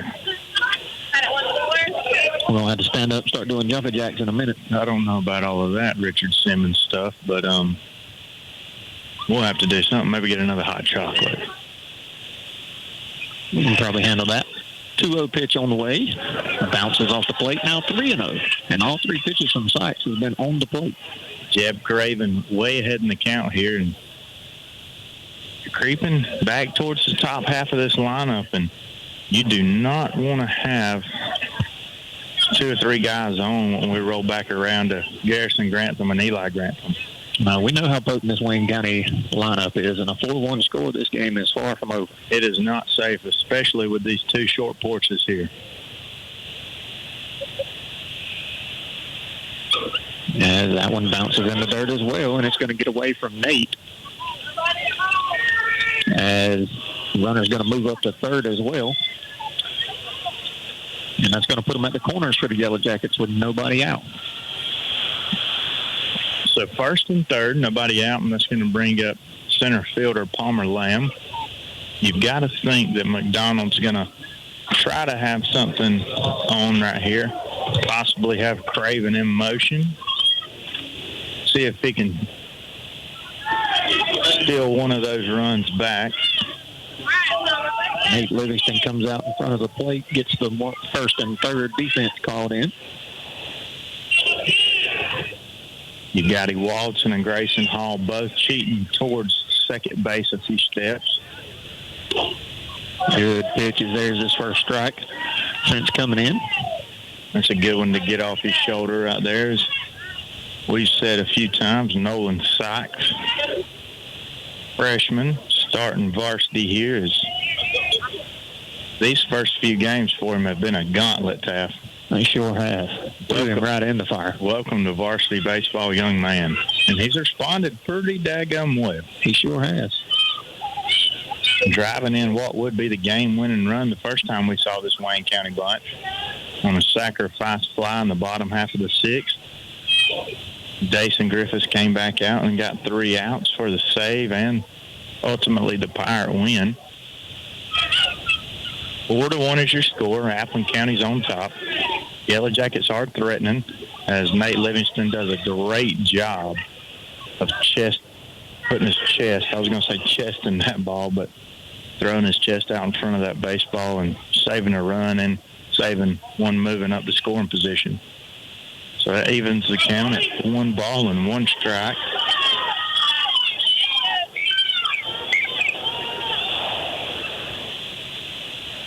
See if the Yellow Jackets have anything on here. 1-1 pitch. Hit foul over towards the hitting facility. As I am surprised the umpires. Oh, there he goes. I was wondering when the home plate umpire would turn around as that pitch was thrown about the time that Palmer would have been swinging. A modified air horn went off in the stands. Yep. That's the second or third time I've heard it. 1-2 pitch. Runner's in motion on his way to second. No throw. That'll put 2 in scoring position for the Yellow Jackets. We will trade an out for a run here. Bottom half of the 4th. That pitch did miss upstairs. Going to be 2 balls and 2 strikes. It is. So we would trade an out for a run. A strikeout would be best case scenario. 2-2. As the air horn went off again, and that's probably going to get somebody ejected.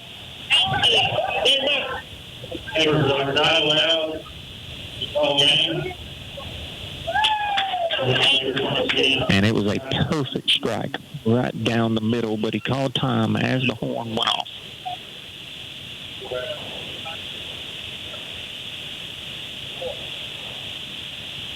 So we're going to see what they say here. They're looking for the one that had it.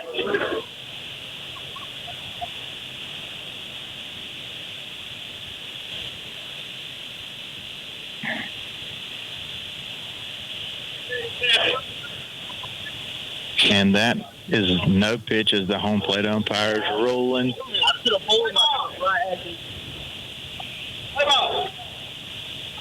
So we still have a little delay here.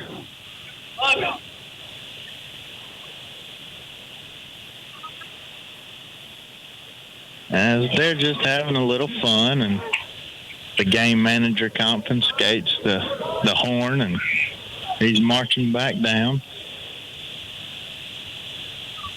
I think they found whoever it was.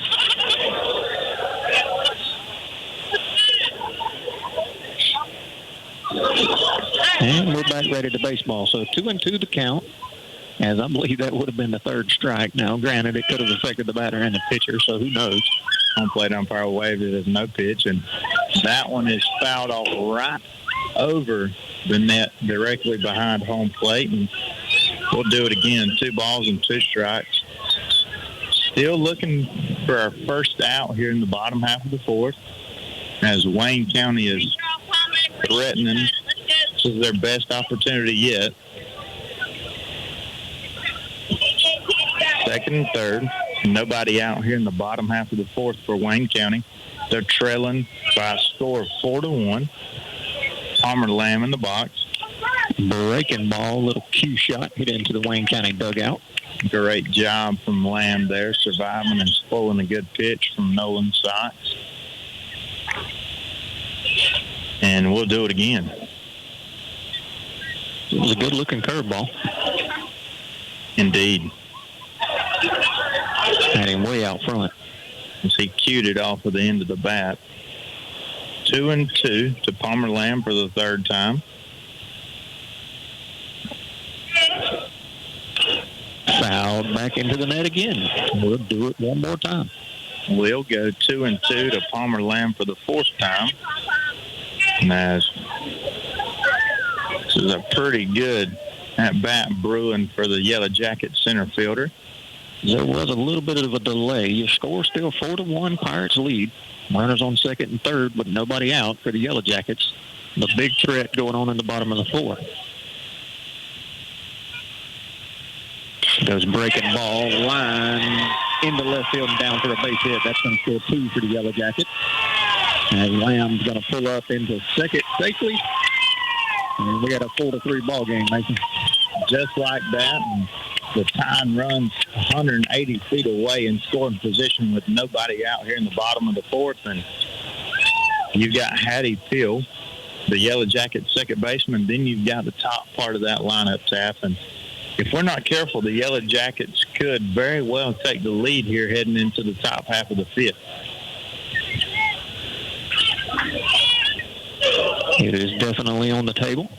And once again, I will, even though it is not the Pirates, I will give credit where credit's due. An amazing at-bat there from Palmer Lamb, fighting off several good pitches in the mix of an air horn thrown in there too. And finally on the 10th or 11th pitch of the at-bat, catches a breaking ball and lines it down the left field line as Hattie Peel squares around the bunt to get this tying run to third, as he does get it down. And we're going to go to first base, even though Cole Higgins took the safe route. But Palmer Lamb actually fell halfway between second and third and then fell again at third base when he got there. So I know hindsight's 20/20, but yeah, if you turn and throw that ball, he's probably out. He's dead, but nonetheless, Cole Higgins went with the smart play, got the out, as Palmer Lamb usually does have pretty good wheels. He's patrolling center out there for Wayne County, and that's going to flip things over to the top half of this lineup and Mr. Garrison Grantham. Who hit one that would have left the yard but was foul back in the first inning. And that one misses up and away. And what you see right here is the infield's in, so anything hit in a hole not directly at an infielder is going to get through and tie this baseball game. And that one's hit high, and I believe it's going to get out of play over the Pirate dugout. It is, and that one tried to catch a few Pirate fans, but no casualties. Find it interesting that our infield is in and our outfield is at a depth where we can throw nobody out on a sacrifice fly. Interesting call. We shall see how it works out. Strikeout would be big here. Strikeout would be huge. The left-handed Grantham Waits on the 1-1 pitch. And it turns into 2-1 as it's way upstairs.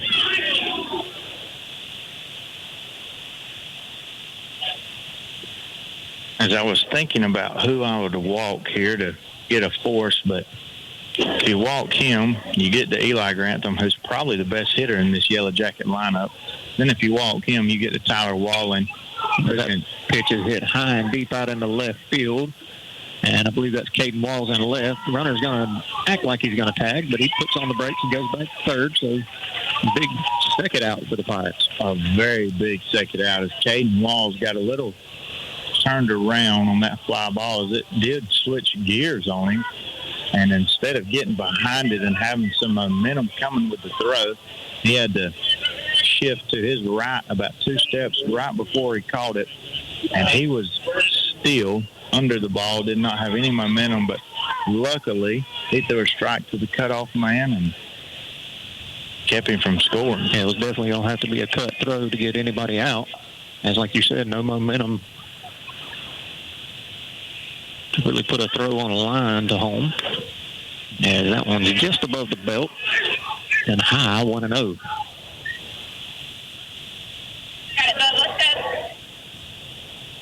Pirates looking for one more out to get out of this inning with no more damage. 4-3 is your score. Appleton County still leading. Eli Grantham in the box for the Yellow Jackets. Young man saw it well tonight. Hard ground ball hit over to Grayson Hall. Fields it cleanly. Throws across a little high, but brought back down by Higgins. And that'll be the third out of the inning. 4-3 is your score. Pirates lead. You're listening to Pirate Baseball on 96.7 The Big Wolf. When should you call Lisa Pierce at the Lisa Pierce Agency in Baxley? If you drive this. If you fly this. If you ride this. Lisa Pierce is serious about protecting your business investments and toys. Stop and see Lisa Pierce at 395 West Parker Street in Baxley. Or call her at 912-367-4100. She makes it personal. Underwritten by Farmers Truck Fire Insurance Exchanges and Affiliates. Products not available in every state. Livingston's Garage and Wrecker Service is Baxley's trusted auto repair shop. Their skilled and professional team is committed to getting you back on the road without breaking the bank. They do everything from oil changes and tire rotations to battery work and mechanic work. And they offer a 24-hour wrecker service. They even haul heavy equipment. Located on US 1 north of Baxley. Livingston's Garage, locally owned and operated. Give Livingston's Garage and Wrecker Service a call today. 367-2459. That's 367-2459. Nothing beats that ride home after winning the big game, especially if you're riding home in your new ride from Woody Folsom Chevrolet Buick GMC. Woody's highly trained team has been coached to get you the most car for your money and the most money for your car. Let us go to bat for you. Whether you're looking for the latest, greatest, top-of-the-line sports car or a safe, sensible SUV to take the kids to and from the game, you'll find your perfect ride when you talk to Woody. Together, let's drive to Woody Folsom Chevrolet Buick GMC in Baxley.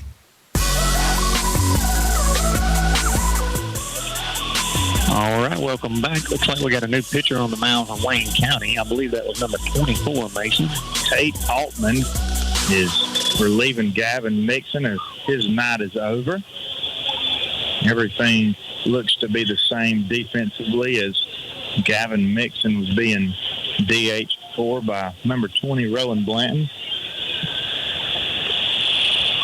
So Tate Altman takes over on the mound for the Yellow Jackets as they cut this lead to within 1 in the bottom half of the fourth.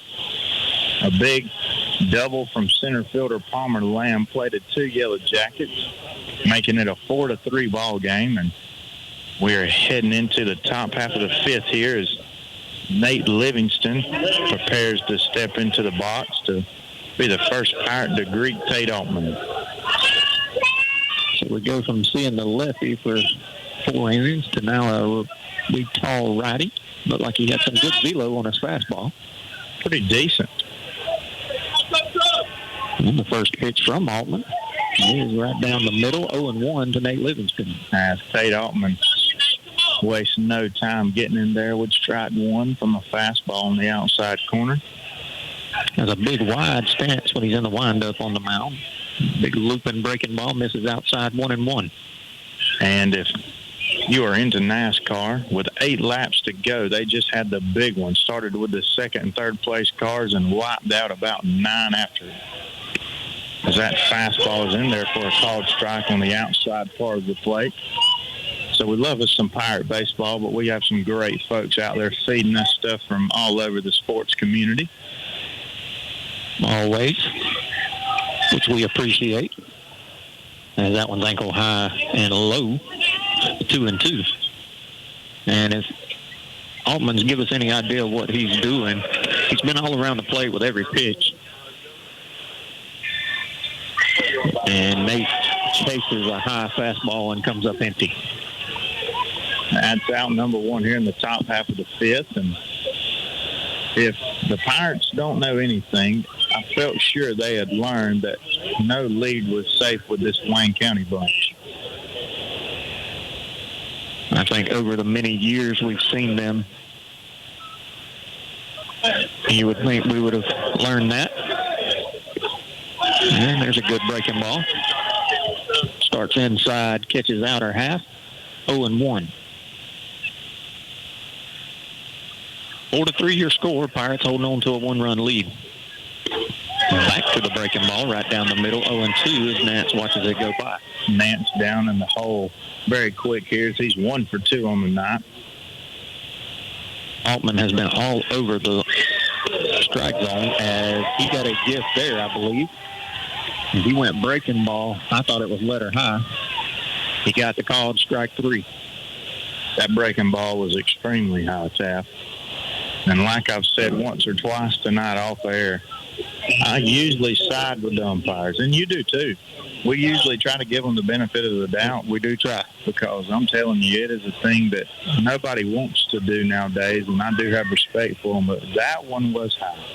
As that fastball is in there for a called strike on the outside part of the plate to the Pirate DH, John Evan Sykes. 1 for 2 on the night. As he swings out front of one, and that one catches the catcher, I believe, on the thigh. What did John Evan do during his second at bat? Strike out? I'll have to go back and look for you. As the count's 0-2, and they're going to give the catcher some time to catch his breath, as I did forget to write that one down. And J.E. Sykes is in an 0-2 hole himself here. Struck out swinging in his second at bat. And he's going to go down swinging again. That was a great breaking ball from Altman. And it's 3 up and 3 down to the Yellow Jackets. We'll go into the bottom half of the 5th. You're listening to Pirate Baseball on 96.7, the Big Wolf. If you're a Class A CDL holder with at least 2 years of experience, come on out and apply to Williams Brothers Trucking. WBT cares about the safety of their employees, and they want you as a part of their family. They offer great benefits, competitive pay, 401k, health care, and hauls that will have you back home every day. We look forward to working better together with you. Williams Brothers Trucking wants to wish the Appleton County Pirate baseball team good luck this season, and go Pirates. They take the pain out of propane. Sykes Propane in Baxley is here to take care of all your residential, commercial, and agricultural propane needs. Sykes Propane also sells Warming Trends fire pits, Peterson Real Fire gas logs, Renai water heaters, Generac generators, and True Flame grills and outdoor kitchens. Owners Daniel and Danny Sykes are looking forward to serving you soon. Sykes Propane, located at 2174 Hatch Parkway South in Baxley. Give them a call at 912-367-1151.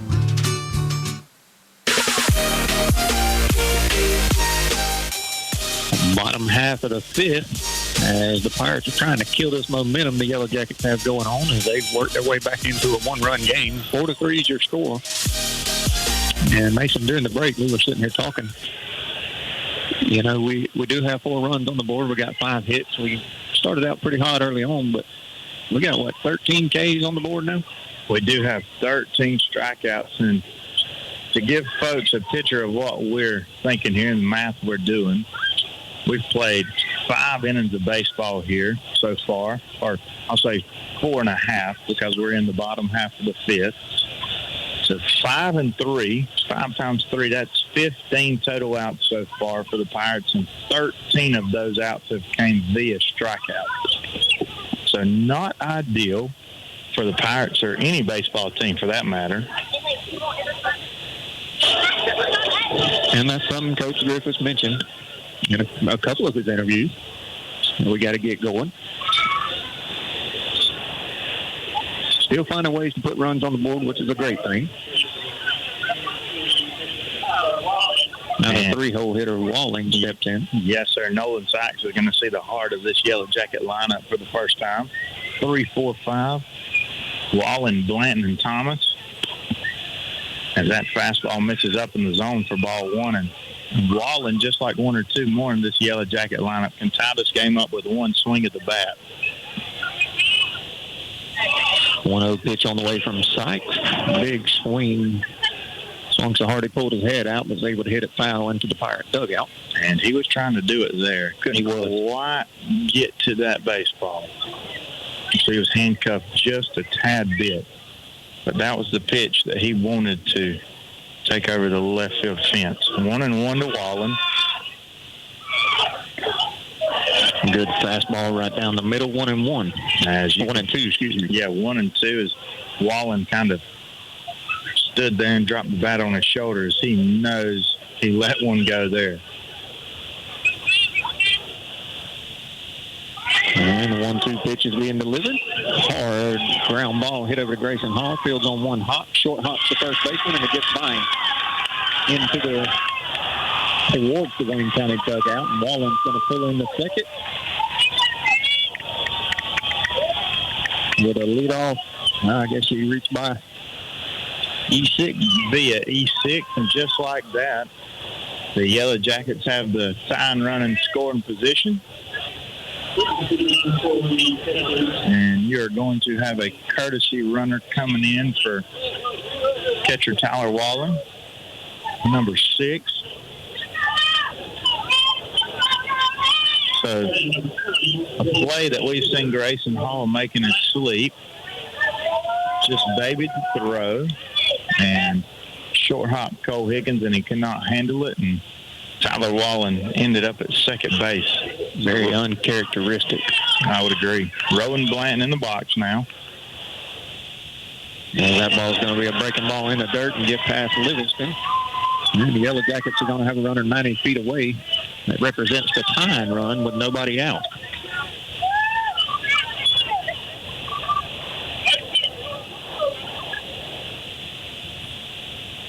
And just got another update.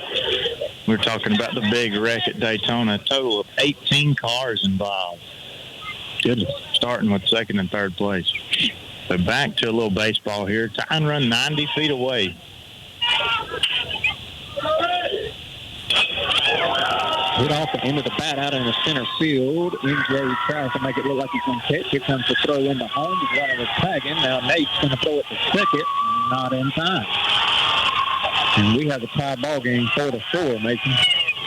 We sure do, and we were talking about no lead is safe at any point with this Wayne County baseball team. And I know Nance came up wanting to throw him out, and the pinch runner that was at third base did kind of take his time getting to home plate, but you've got to concede that and know that he's going to score and keep that runner at first base and keep that double play intact. So Rowan Blanton advances to second base on the throw home from Nance. And Yellow Jackets have a prime opportunity to take their first lead since the bottom half of the first. There's still nobody out. Runner on second. 4-4 is your score. 4 runs on 5 hits for your Pirates. 4 runs on 4 hits for the Yellow Jackets. It's going to be right fielder Nick Thomas stepping in the box. I'm having to switch hands in and out from where I'm keeping this score. He's 0 for 2 on the night. That one's going to bounce in the dirt. Good job by Livingston to keep it close enough to hold the runner up at 2. That would have been right on par with how the Knights went for the Pirates so far. 1-0 to Nick Thomas. Sykes falls behind him. Still nobody out here in the bottom half of the 5th. If you're just joining us, Wayne County just tied it up at 4. Ground ball hit over to Higgins. Good job on catching the short hops. Able to step on the bag for out number 1. Keeping that runner at second base as well was huge. So Higgins was playing maybe a step behind the bag, and Nick Thomas turned on that fastball, hit it right at Higgins, and the runner had to stay put at second base. And it was a great job by Higgins to break his body down on that short hop and stay in front. So that's the first out here in the bottom half of the 5th. Carson Shaver in the box now for Wayne County. Thought it was a pretty good first pitch. Must have missed outside. 1-0. Fastball does miss outside. 4-4 is your score. Pirates scored 2 in the second, 2 in the third. Your Yellow Jackets scored 1 in the bottom half of the first, bottom of the 4th, and 1 here in the bottom half of the 5th to tie it up. Nolan Sykes delivers a 1-0 in there for called strike 1.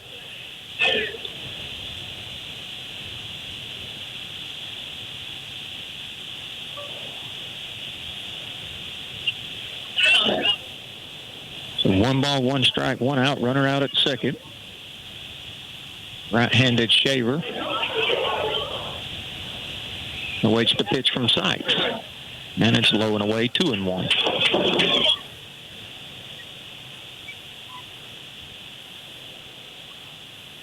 Big at bat right here, as we do need to find that second out. Preferably keeping that runner at second base while doing it. It's a 2-1 pitch. Just below the knees, 3-1. 3 balls, 1 strike. If you do walk Shaver, it's not the end of the world. You took the words out my mouth. This is the one time it might be okay.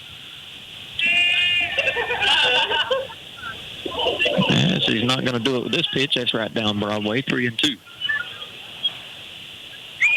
Full count to the Yellow Jacket first baseman.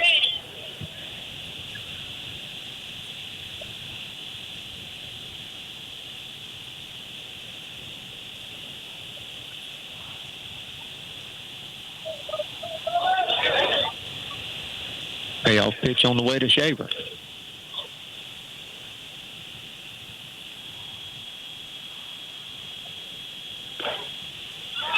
Just under the letters and going to miss. And there's the walk we were talking about. That baseball had to be outside because that pitch is better than a few that the Pirates have been rung up on tonight. So I'm going to say it was outside. And that one curveball in particular. For sure. That's going to bring up shortstop Jeb Craven. First and second with a 1 out, like we just previously stated. Not the end of the world right there with that wall, because you do have a force at first, second, or third now. And the first pitch to Craven is a called strike, 0-1.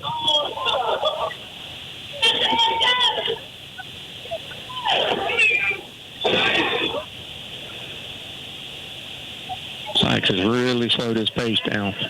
He has. Working out of the stretch. Double play ball would be nice right here. A little low and away, I guess. 1-1. As that pitch has been called a strike several times this game, and was called a strike for probably the first 4 innings of baseball here tonight. It was. And that's going to bring Coach Kyle Mercer out of the dugout. Have a word with Nolan. Settle him down, and I see Mercer shaking his head, and he's probably got a smile on his face right about now saying, kid, keep doing what you're doing. Those last few pitches you've thrown are strikes, and just get back in there and do it again. He'll call it a strike eventually. Keep putting it there, and hopefully it goes our way. But I agree with you there. Those are pitches that were getting called earlier in the game. And you would think, as cold as it is outside, he'd be wanting to expand that zone a little bit instead of tightening it down. If anything, that's exactly right. As I should have wore long socks tonight. Me too. But me and myself wore some ankle socks as the home plate umpire's creeping out to the mound to line this thing up, and that's exactly what we were wanting. Kind of break up the monotony.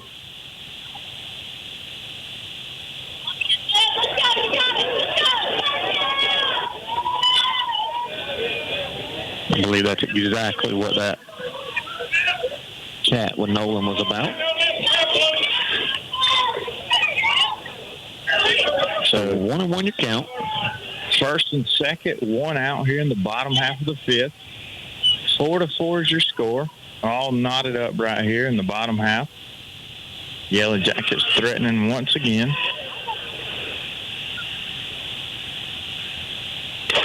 One. Upstairs, 2-1. As that pitch was belt high, unless it was inside, I do not see why it was called a ball. 2-1's your count to shortstop Jeb Craven.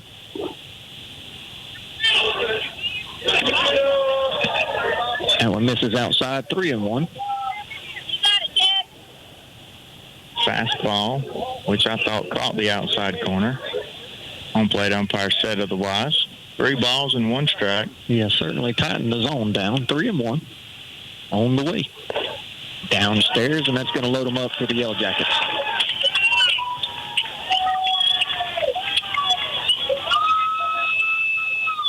And that'll bring up Lamb.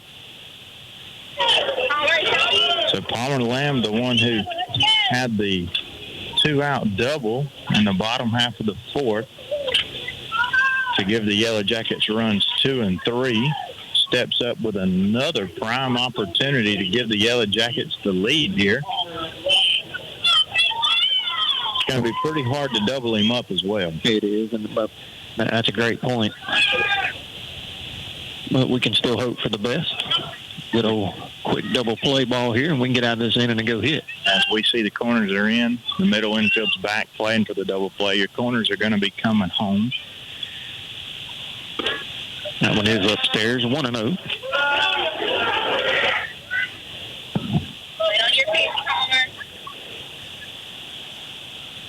One out, bases full of Yellow Jackets.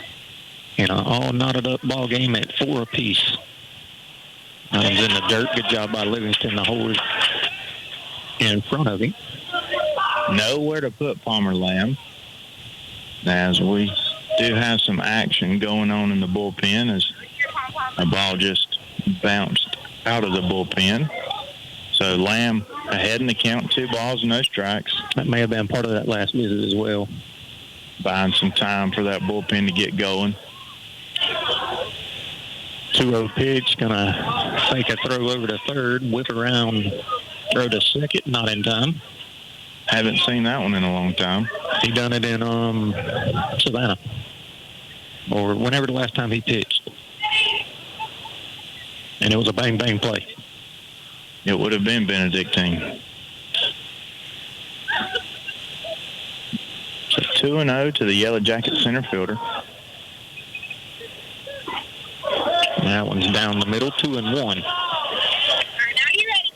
Called strike on the fastball. As I believe that's where it's going to have to be for the rest of the game, Taft. That's what it's looking like. On a tee.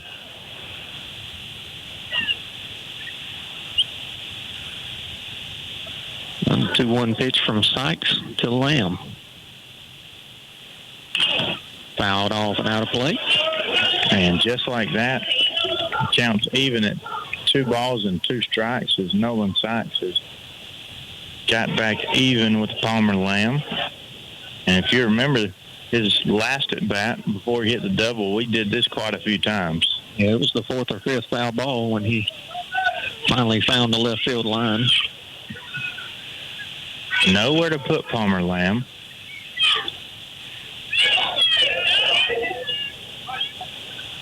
Two, lost it upstairs. Now 3-2.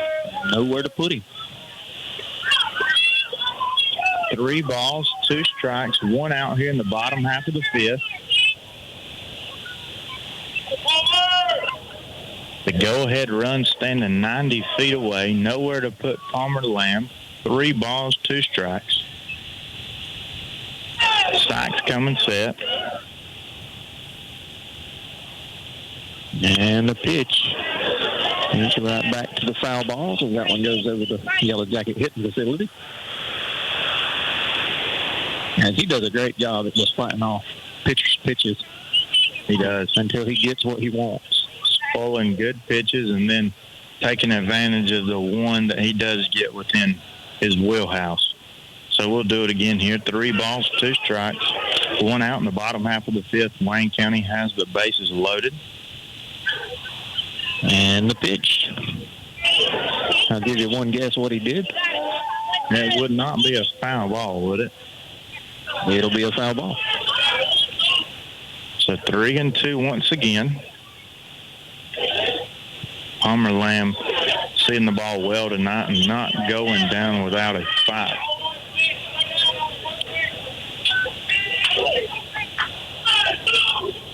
Nolan going to deliver the payoff pitch one more time. Right after he calls time.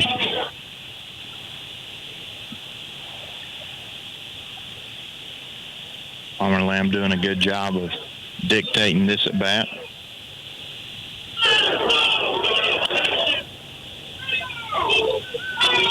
Sykes out of the stretch, misses upstairs, and the Yellow Jackets have a 5-4 lead.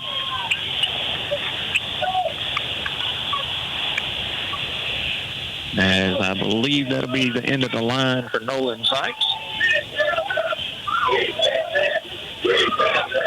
And you can hear the rivalry getting going behind us. Almost that playoff atmosphere baseball. Anytime you play in Wayne County, Jeff Davis, Pierce County, anywhere around here in South Georgia, you're going to have atmospheres just like you would see late April or early May. Oh, 100%. I love it. So it looks like Caden Walls is going to get the call for the Pirates while he takes his warm-up pitches. We'll take a short break. Pirates trailing 5-4 to the Wayne County Yellow Jackets. You're listening to Pirate Baseball on 96.7, the Big Wolf. There are many ways to establish a working relationship with your bank.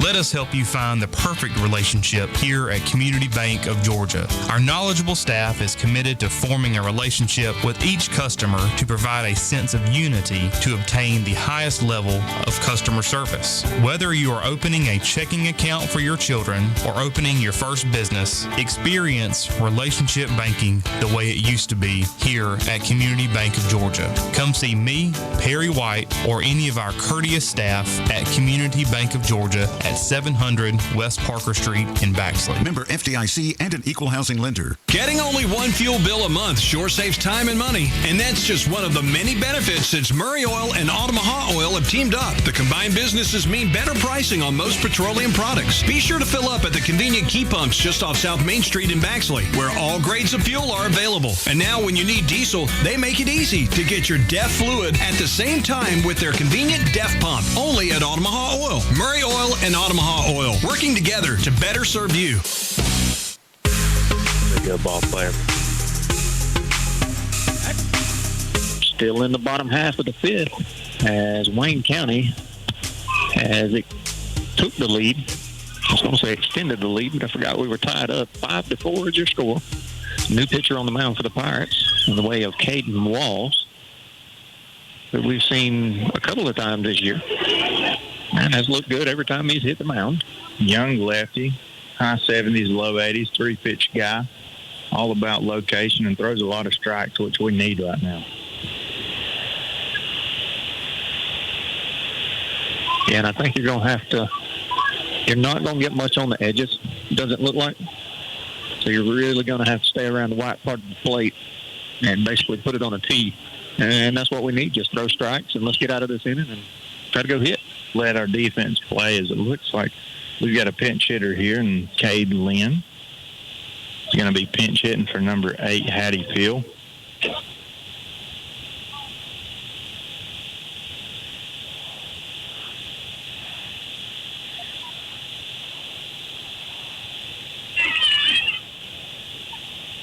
So Caden Walls, first pitch. his outing tonight. It is a great one. Inner half called for a strike. Fastball in the inner third. Looked to have a little more life than Caden Wall's fastball normally has. I agree. And I'm all for it. 0-1 goes fastball again, and he definitely got a little more life, seems like. Now 1-1. As the infield is in, as we're looking to cut down any more runs that would extend that Yellow Jacket lead. 1-1's a count. Now 2-1 as that one's low and in. Base is still full of Yellow Jackets with one out. Nowhere to put Mr. Lynn. As a walk would mean another Yellow Jacket run here. Up and away now 3-1. And it looks like the infield's going to play in here. Trying to cut down anything else that would extend this Yellow Jacket lead as the 3-1 pitch is popped up in the air out in the center field. Nance is on his horse, comes in, makes the catch. Runner fakes the tag. And nothing doing.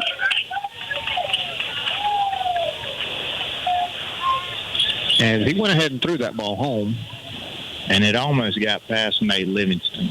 It did. It was a great job by Nate to cut that ball down. Yes, you just got to be aware that he's not going to go with you as shallow as that and with the arm that Nance does have. But if he did go there, he would have been safe. It's going to flip the lineup back over to Garrison Grantham. 2 outs, bases still juiced. That ball's hit high and deep out in the center field. Nance was playing him in the right center field gap, and it was a great move as he was able to make the play for out number 3 as that ball was hit well. Smoked. 5-4 is your score. Wayne County leads your Pirates. You're listening to Pirate Baseball on 96.7 The Big Wolf.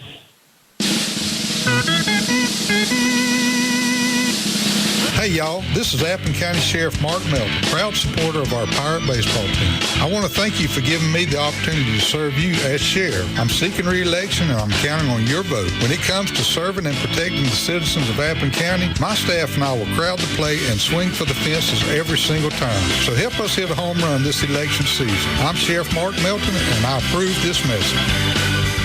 Play ball!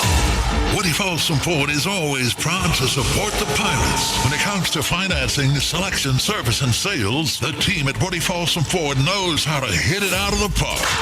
Round the bases to Woody Folsom Ford in Baxley and see for yourself. Let's go! New or pre-owned, bling or budget, big or small, Woody Folsom Ford has them all. And ask about the lifetime powertrain warranty. It all starts when you talk to Woody. It's gone! Go Pirates!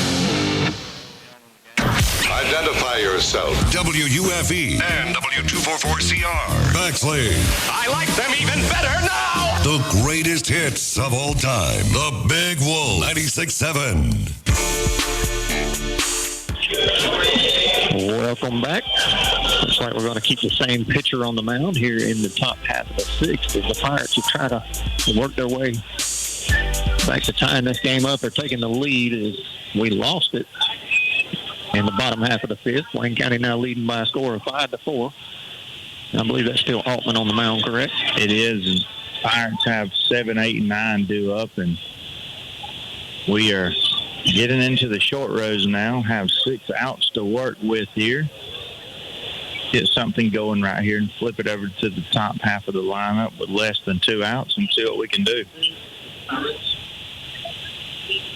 So Cole Higgins is going to lead things off here in the top half of the 6th. Had a big hit and an elastic bat.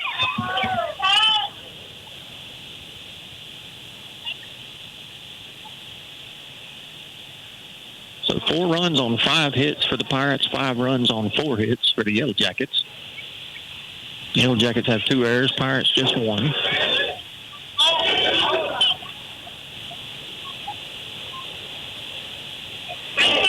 Need a leadoff base runner here would be very nice. Dude, when Altman came in, he came in dealing the last inning. He did. That one's upstairs to Higgins. And he's up in the count early, 1-0. I hate to even take my hands out of my pocket, but I have to. Now 2-0. That one's in the dirt, and that's probably two of the pitches that have been the furthest out of the zone for Altman since coming in the game. As you said, he was throwing darts in that last inning. And that was a long half inning, as he's been in the dugout for a while. And that one's upstairs now, 3-0. They do need to keep that in mind. Cold night. Very cold. And Wallen's going to go out there, calm him down, reassuring that everything's good. Still got a 1-run lead here. Tough to keep that arm warm sometimes. It is. In this situation, if that half inning takes any longer than you think it needs to, you need to keep throwing. As I look over there to the Yellow Jacket dugout, and they've got some action going in their pen now, as they do want to win this baseball game. And that's the automatic 3-0 strike call, now 3-1. As the Pirates have already taken game 1 of the season series from them over in Appleton County. 3-1, foul tipped into the mitt, now 3-2.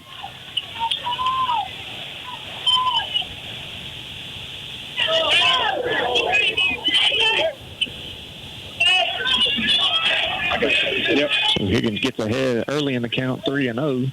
Altman has worked it back to a full count. And the payoff pitch lined out into right field, and that's going to get down for Higgins' second hit tonight.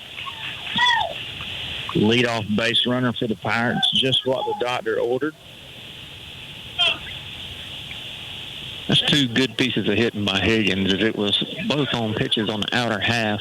He just put the bat on the ball, hit it where it was pitched, and come up with two big singles. Let the ball travel, like you said, didn't try to do too much. Saw it all the way to the bat, and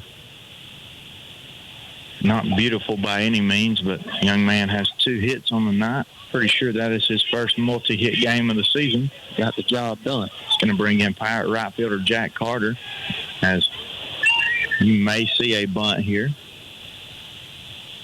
Wouldn't shock me either way.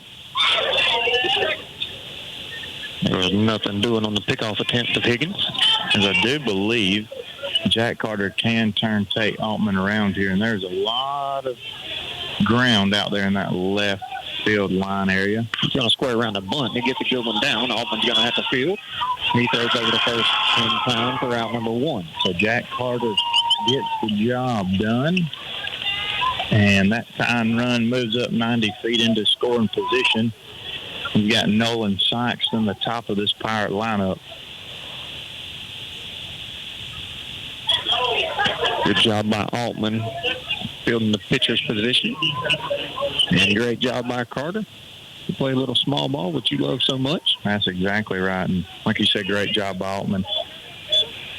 Pitchers fielding bunts and making throws are one of the most underappreciated things in the game of baseball. So Nolan Sykes in the box. Altman's going to wheel around and act like he's going to throw it to second and hold on to it. Base hit right here from Nolan Sykes would be massive.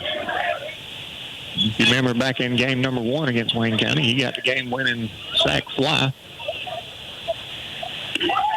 And that one's fly high down the middle. And it's 0-1. Tying run on second for the Pirates. 180 feet away. If Nolan Sykes can find some way to get on here and turn it over to Colony Walton with breaking ball in the dirt. Higgins, I don't know if he got a bad read on that ball or what, but he gets thrown out at third. And that cannot happen fast. Prime opportunity to at least tie this baseball game. You've got the top half of your lineup coming up with one of the guys that's been seeing the ball better in the box, and Nolan Sykes. And just like that, all the momentum shifts back to Wayne County. 1-1 to Sykes. Fastball misses upstairs for ball 2. It was a breaking ball that was in the dirt, and I'm wondering if he thought it got away from the catcher and they tried to advance 90 feet and could not do so. That one misses low. So 3-1 your count now. To to Nolan Sight. E. Watson waits on deck. Swing and a miss. Now 3-2.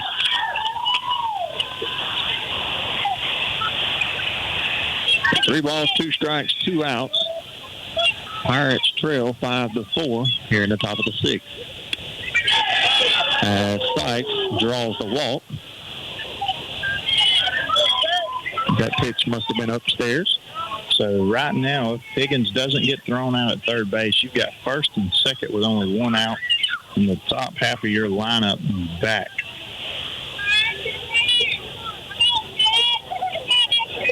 E. Watson had a bit of a rough night at the plate tonight.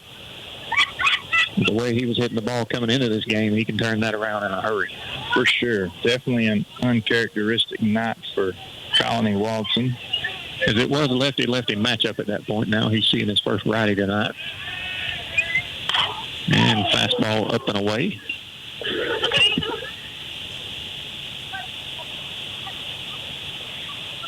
As I believe Wayne County thought we might try to take second in that situation for whatever reason, as it looked like a pitch out, whether it was meant to be or not.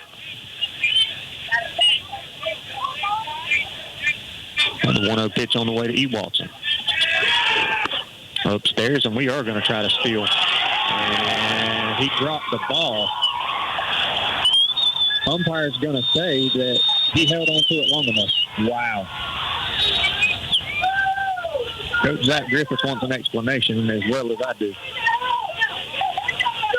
I don't know that he ever had the ball in his glove. He didn't. And the first base umpire knows that Coach Griffith is coming after him because he has his back turned and he is walking towards the fence. Well, that'll be the third out of the inning. Pirates still trailing by a score of 5-4. Going to go to the bottom half of the 6th. You're listening to Pirate Baseball on 96.7, the Big Wolf. You've reached Cody's cell phone. Please leave me a message after the beep and I'll call you back. Hey man, listen, I know your trailer's busted and you want to borrow mine, but I'm going to need it this weekend. So just do what I did. Go to Down to Earth Trailers in Baxley. Their parts showroom is huge. They will hook you up with everything you need to get your trailer up and running like brand new. They have a huge selection. They've been in business for over 20 years, so you know they're in it for the long haul. Give Down to Earth Trailers a call at 877-363-3007. Untangling your headphones, finding the right remote, saying goodbye to your favorite shirt that hasn't fit in 10 years. Why are simple things sometimes so complicated? Thankfully, with auto owners, insurance doesn't have to be one of them. Auto Owners works with independent agents who live in your community and answer when you call, so you can worry about more important things, like finding a new favorite shirt. That's simple human sense. See Rents and Rents Insurance on South Main Street in Baxley or call 912-367-1479 for all your insurance needs. I'll see you right now. All right, welcome back. I'm going to go to the bottom half of the 6th after Coach Griffith is still wanting an explanation on that last play, and I think all Yappa County fans do as well, as when he slid into the tag, the ball was rolling behind second at that point. And I think the umpire knows he may have missed one there, but he has stood firm in his call, and we're getting to the bottom of the 6th. Pirates still trailing 5-4. And Caden Wall still going to be on the mound. And E. Grantham, the 2-hole hitter for Wayne County, is going to lead things off, who's seeing the ball very well for Wayne tonight. And we have got to try to keep this lead at 1 run. As the Pirates do have the top of the lineup coming back up, as we were thrown out there. E. Watson was in the box, so it should be 1, 2, 3 in the top half of the 7th.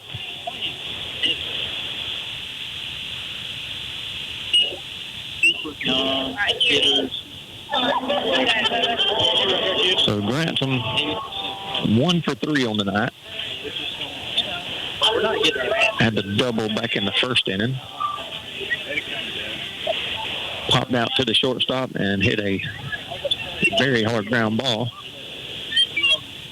to Grayson Hall, who made a good play.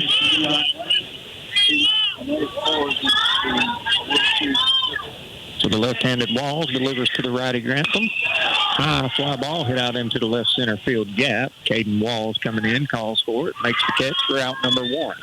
So 1 pitch, 1 out for the Pirates.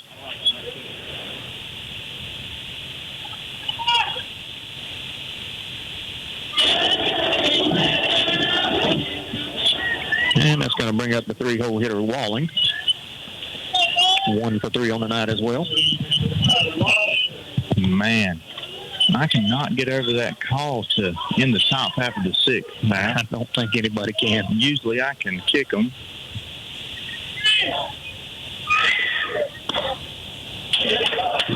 As we hate to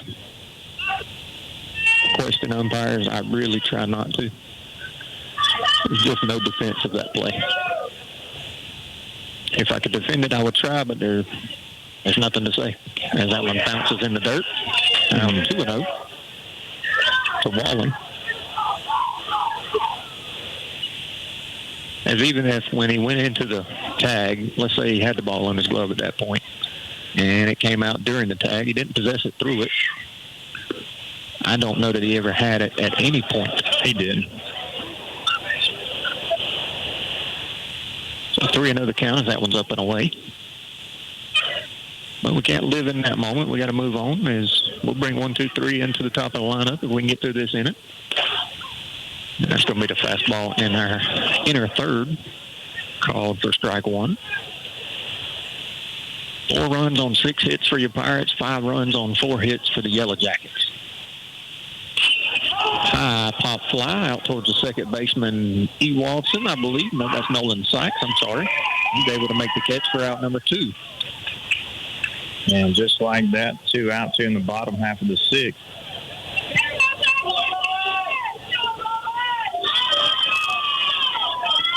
Number 20, Rowan Blanton. 1 for 2 in the box.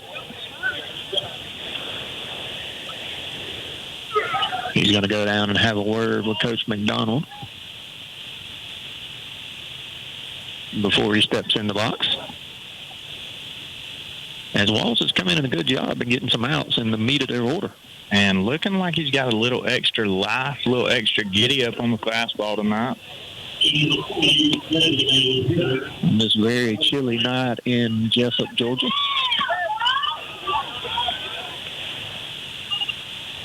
Five to 4 still your score. Wayne County leads. Swung over the top of a fastball, 0-1. Rowan Blanton with a healthy hack there.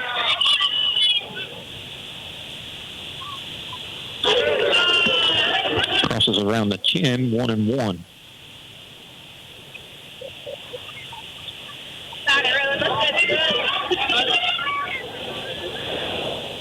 And the pitch inside, 2-1.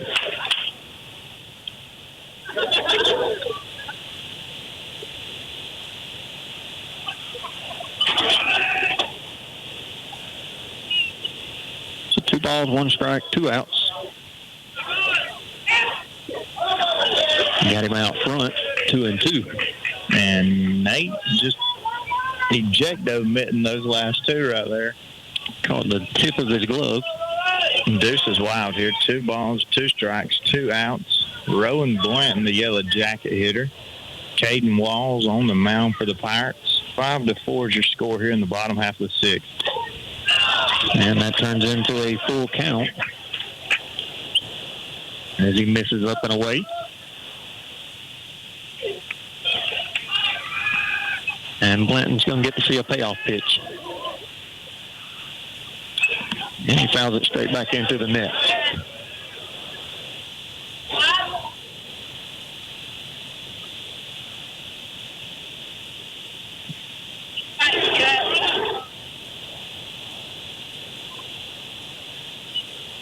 Props to the Wayne County bat boy. I was just about to say that.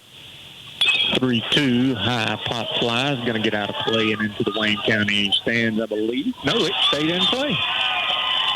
What a play by Athens County catcher Nate Livingston as If these umpires did not see that play at second base, there's no way they overturn this one. If they do, somebody's getting thrown out.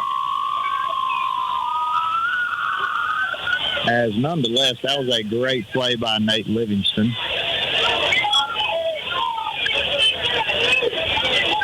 As the Wayne County coach is out giving him a piece of his mind as he thinks it hit the net, and that's how Nate caught it. And first, the first base umpire said, no, it did not hit the net. Now they're still talking about it. As the home plate umpire is convinced. Oh, here we go. Oh, my.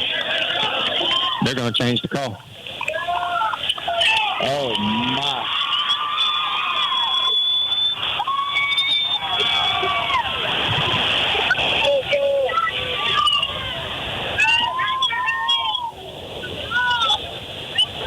Now Coach Griffiths wants an explanation.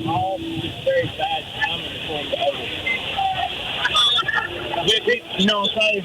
Yeah. So the Pirates are going to come back onto the field, and we'll do the 3-2 pitch again. But, yeah, like you said, in that situation,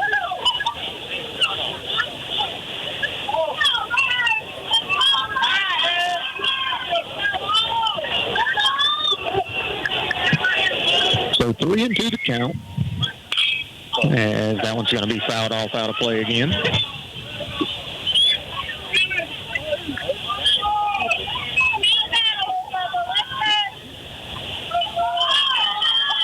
And the fans are into this game now. If they weren't before, they are now. 3-2 pitch to Rowan Blanton. Hard line drive out into left field. Caden Walton can't get to it. That's going to get all the way to the wall. And then that's going to be a 2-out double for Blanton. Great piece of hitting there by Rowan Blanton after he was given an extra life there by the umpires. Stating that ball hit the net that Nate Livingston made a very acrobatic catch on.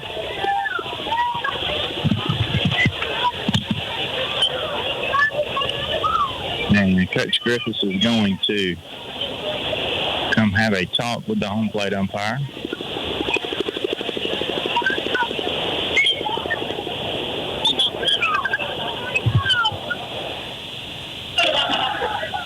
Trying to see what this is about.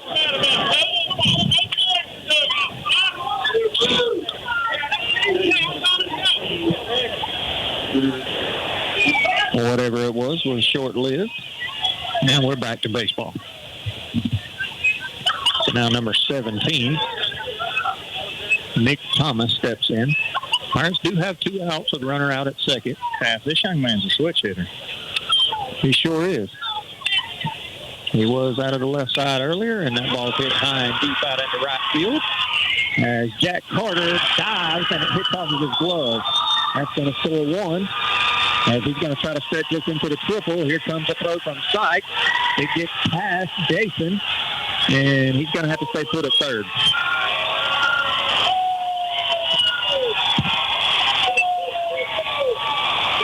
And Jack Carter almost made an excellent play out in right field. A great play going towards that right field line. And we do apologize if we're going in and out. We do not know if it's the connection, but if it is, we are trying to fix it.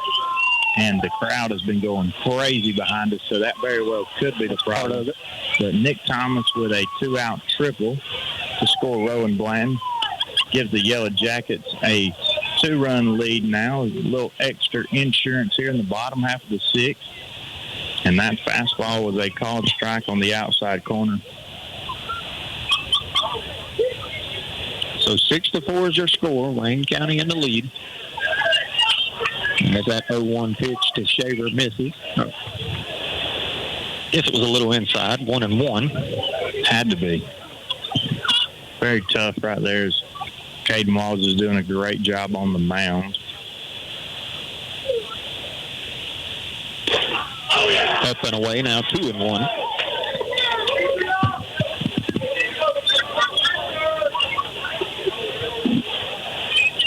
Got to find the third one here.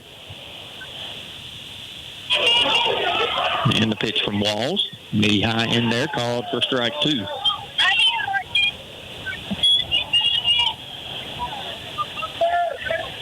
Two balls, 2 strikes. 2 outs here in the bottom half of the 6th. Fastball, letter high, is fouled off. Right behind home plate. Carson Shaver with another life.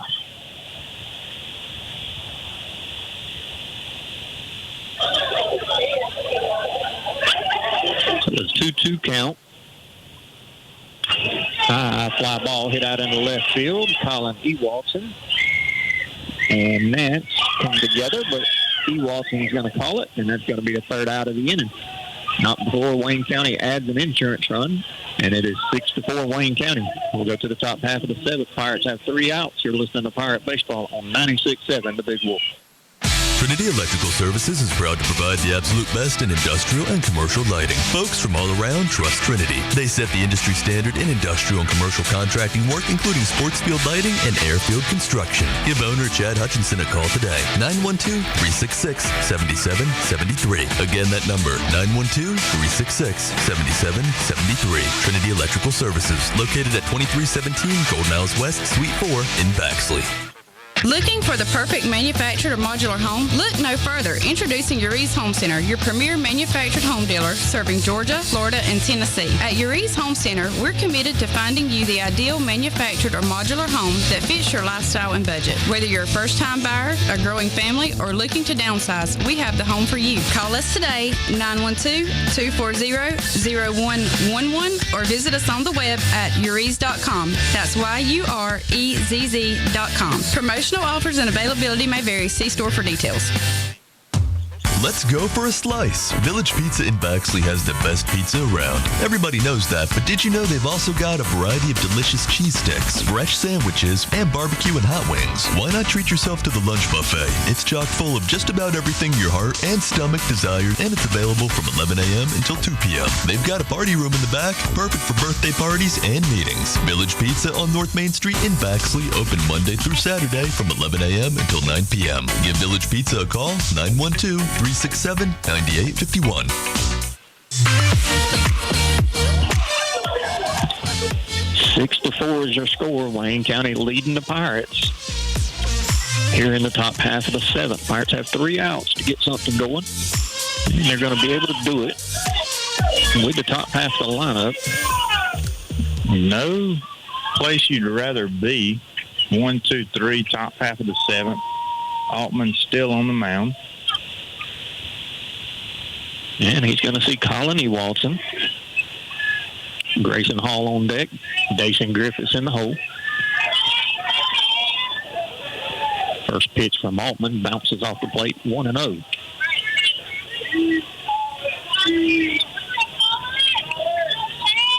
Great chance for the top of the lineup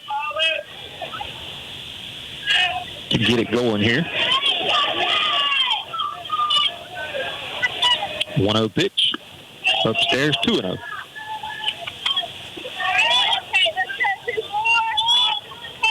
And seeing Colin for the amount of time we have, you got to think he's going to make you throw him a strike. He is. As he got what he wanted there, and that was a big hack. Got it straight back into the net.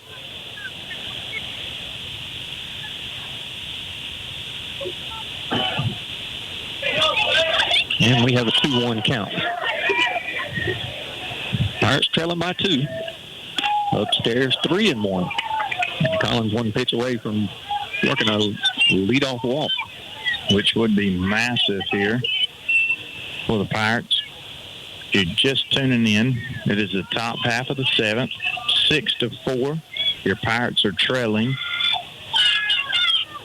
3-1 fastball. Catches the inner half, 3-2. So after a 3-0 count, Altman has worked it back to a full count.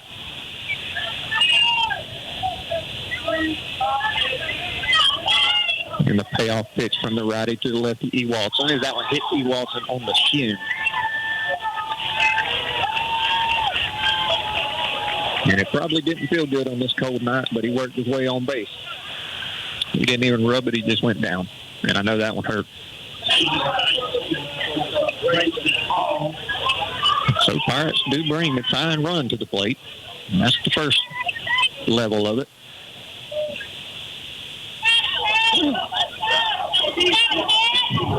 And it'll be in the way of Grayson Hall.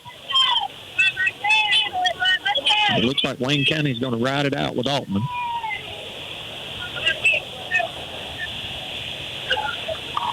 As I said, Dacian Griffiths waits on deck.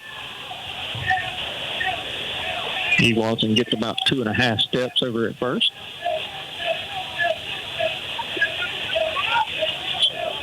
Altman gives 4 or 5 looks over there. Finally, the catcher calls time.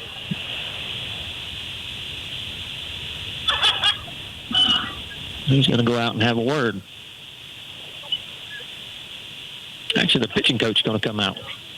Sid Royal is going to make a visit to the mound, make sure everything's under control, make sure everybody's on the same page here. As the last thing you want to do here is give up this lead. Well, you don't want to give the Pirates life in general if you're a Yellow Jacket.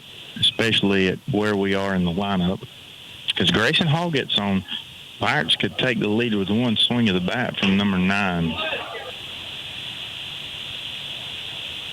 In the top half of the lineup, it's been fairly quiet tonight. We are due. We are due.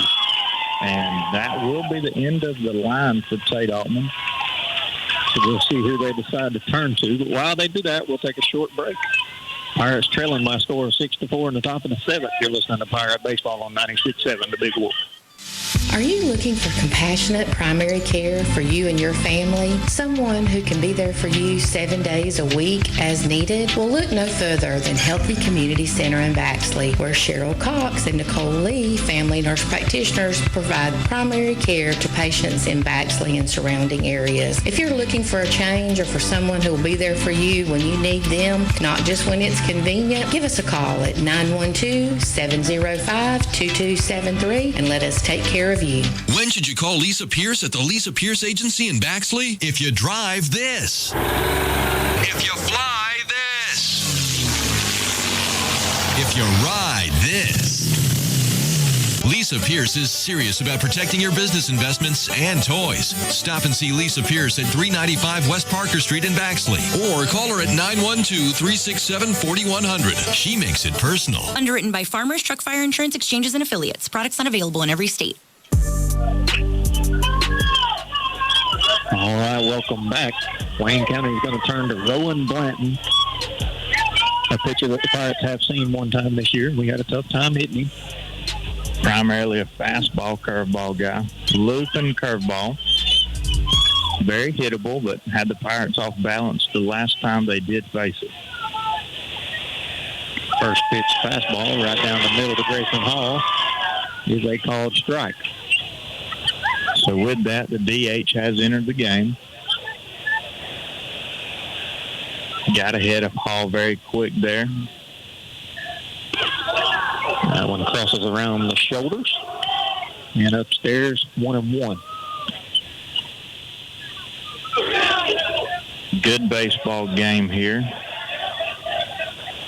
at the bow. There's that breaking ball. That's a called strike. Same breaking ball we had a very tough time hitting last week. Hall behind in the count, 1-2. He goes fastball, gets the swing and the miss for out number 1.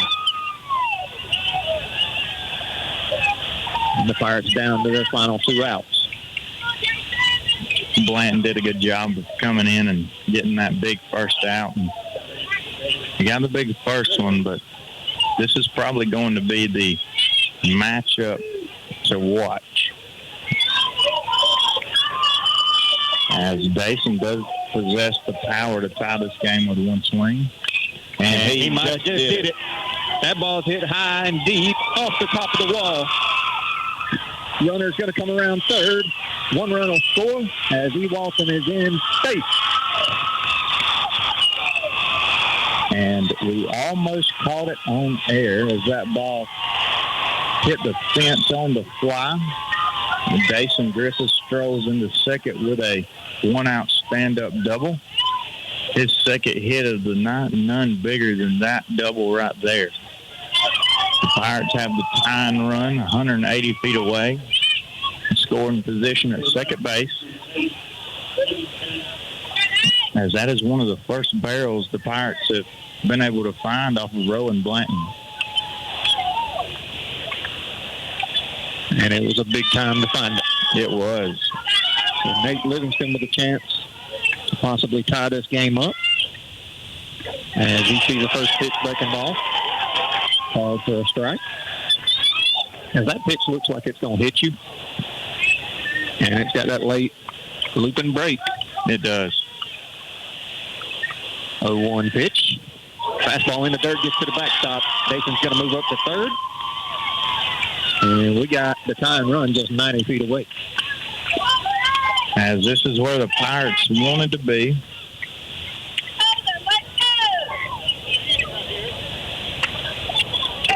One and one's the count to the Pirate catcher.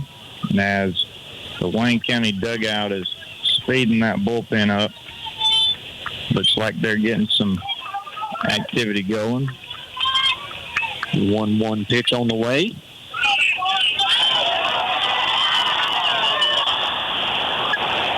As is a called strike. That fastball's a called strike at the shins. I don't know if I'd say that's the shins.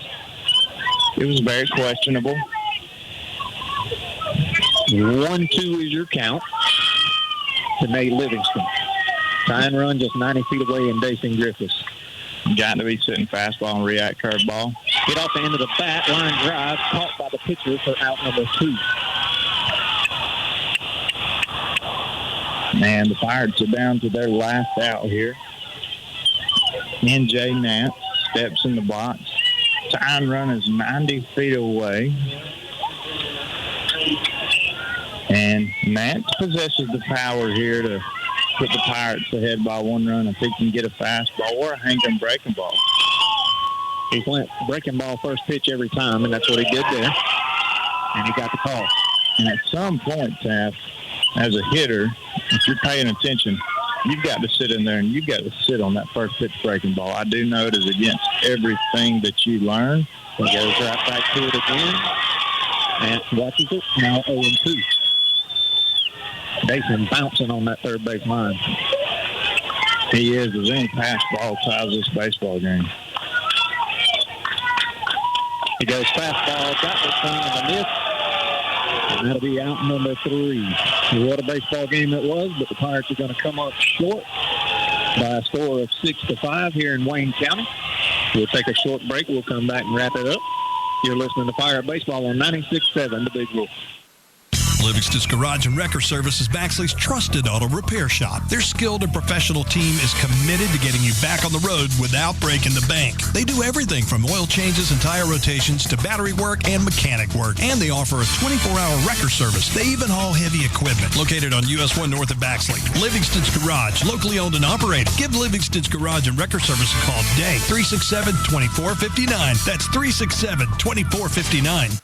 Nothing beats that ride home after winning the big game, especially if you're riding home in your new ride from Woody Folsom Chevrolet Buick GMC. Woody's highly trained team has been coached to get you the most car for your money and the most money for your car. Let us go to bat for you. Whether you're looking for the latest, greatest, top-of-the-line sports car or a safe, sensible SUV to take the kids to and from the game, you'll find your perfect ride when you talk to Woody. Together, let's drive to Woody Folsom Chevrolet Buick GMC in Baxley. If you're a Class A CDL holder with at least 2 years of experience, come on out and apply to Williams Brothers Trucking. WBT cares about the safety of their employees, and they want you as a part of their family. They offer great benefits, competitive pay, 401k, health care, and hauls that will have you back home every day. We look forward to working better together with you. Williams Brothers Trucking wants to wish the Appleton County Pirate baseball team good luck this season, and go Pirates.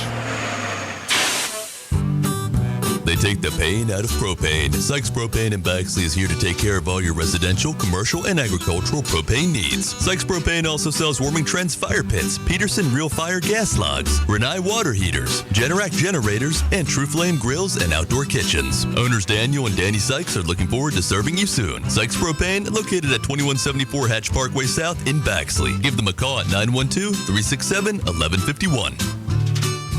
There are many ways to establish a working relationship with your bank.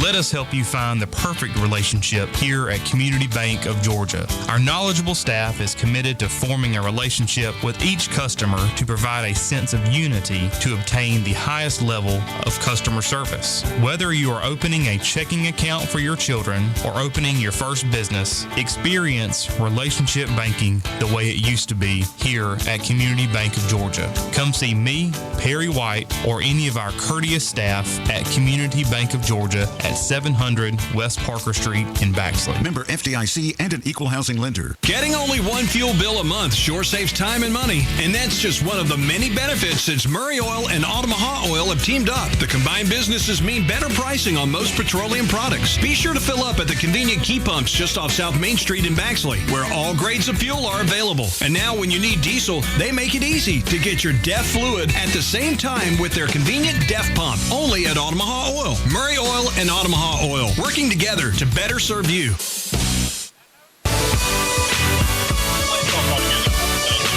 Might be a hood and a half. All right, welcome back, Pirate fans. As we'll wrap this up. And Mason, it was a fun night, an interesting night, but fun nonetheless, as it was a great ball game. And it's just one of those that is a tough loss. Very tough loss, Taff, as came out the gates hitting, doing all the small things right, jumped out to a very quick 4-1 lead. And just like that, Pirates hit the cruise control and let a good Wayne County team get back in the game. And error two here and then a questionable call, and we are on the short end of the stick. But nonetheless, some more good competition to get ready for region play. This was a tough one to swallow, but got to get it past us, move on, and got a very good Jeff Davis baseball team tomorrow night. That it was. I think we got Coach Griffiths here with us real quick. I'll get your hot mic.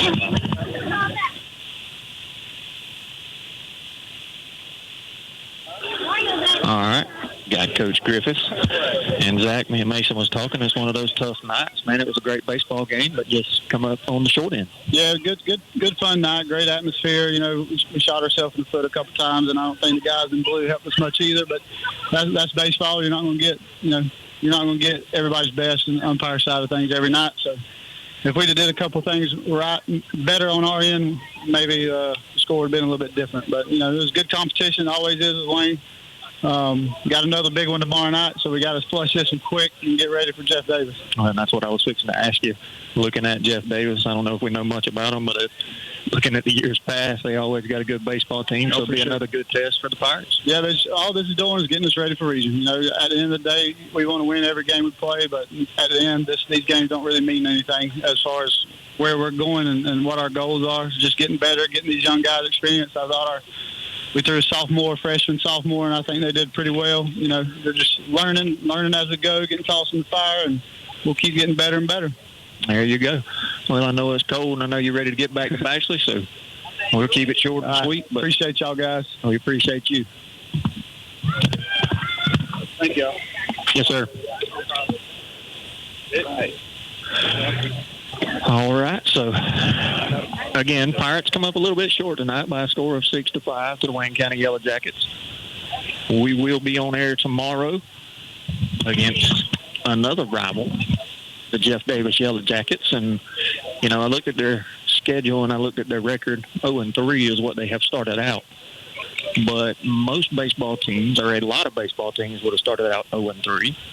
As they actually played, I think, Thomas County Central to a 2-1 ball game. So I know they still have the staff. I know they still got the players over there, and it'll be another big game for the Pirates. Without a doubt.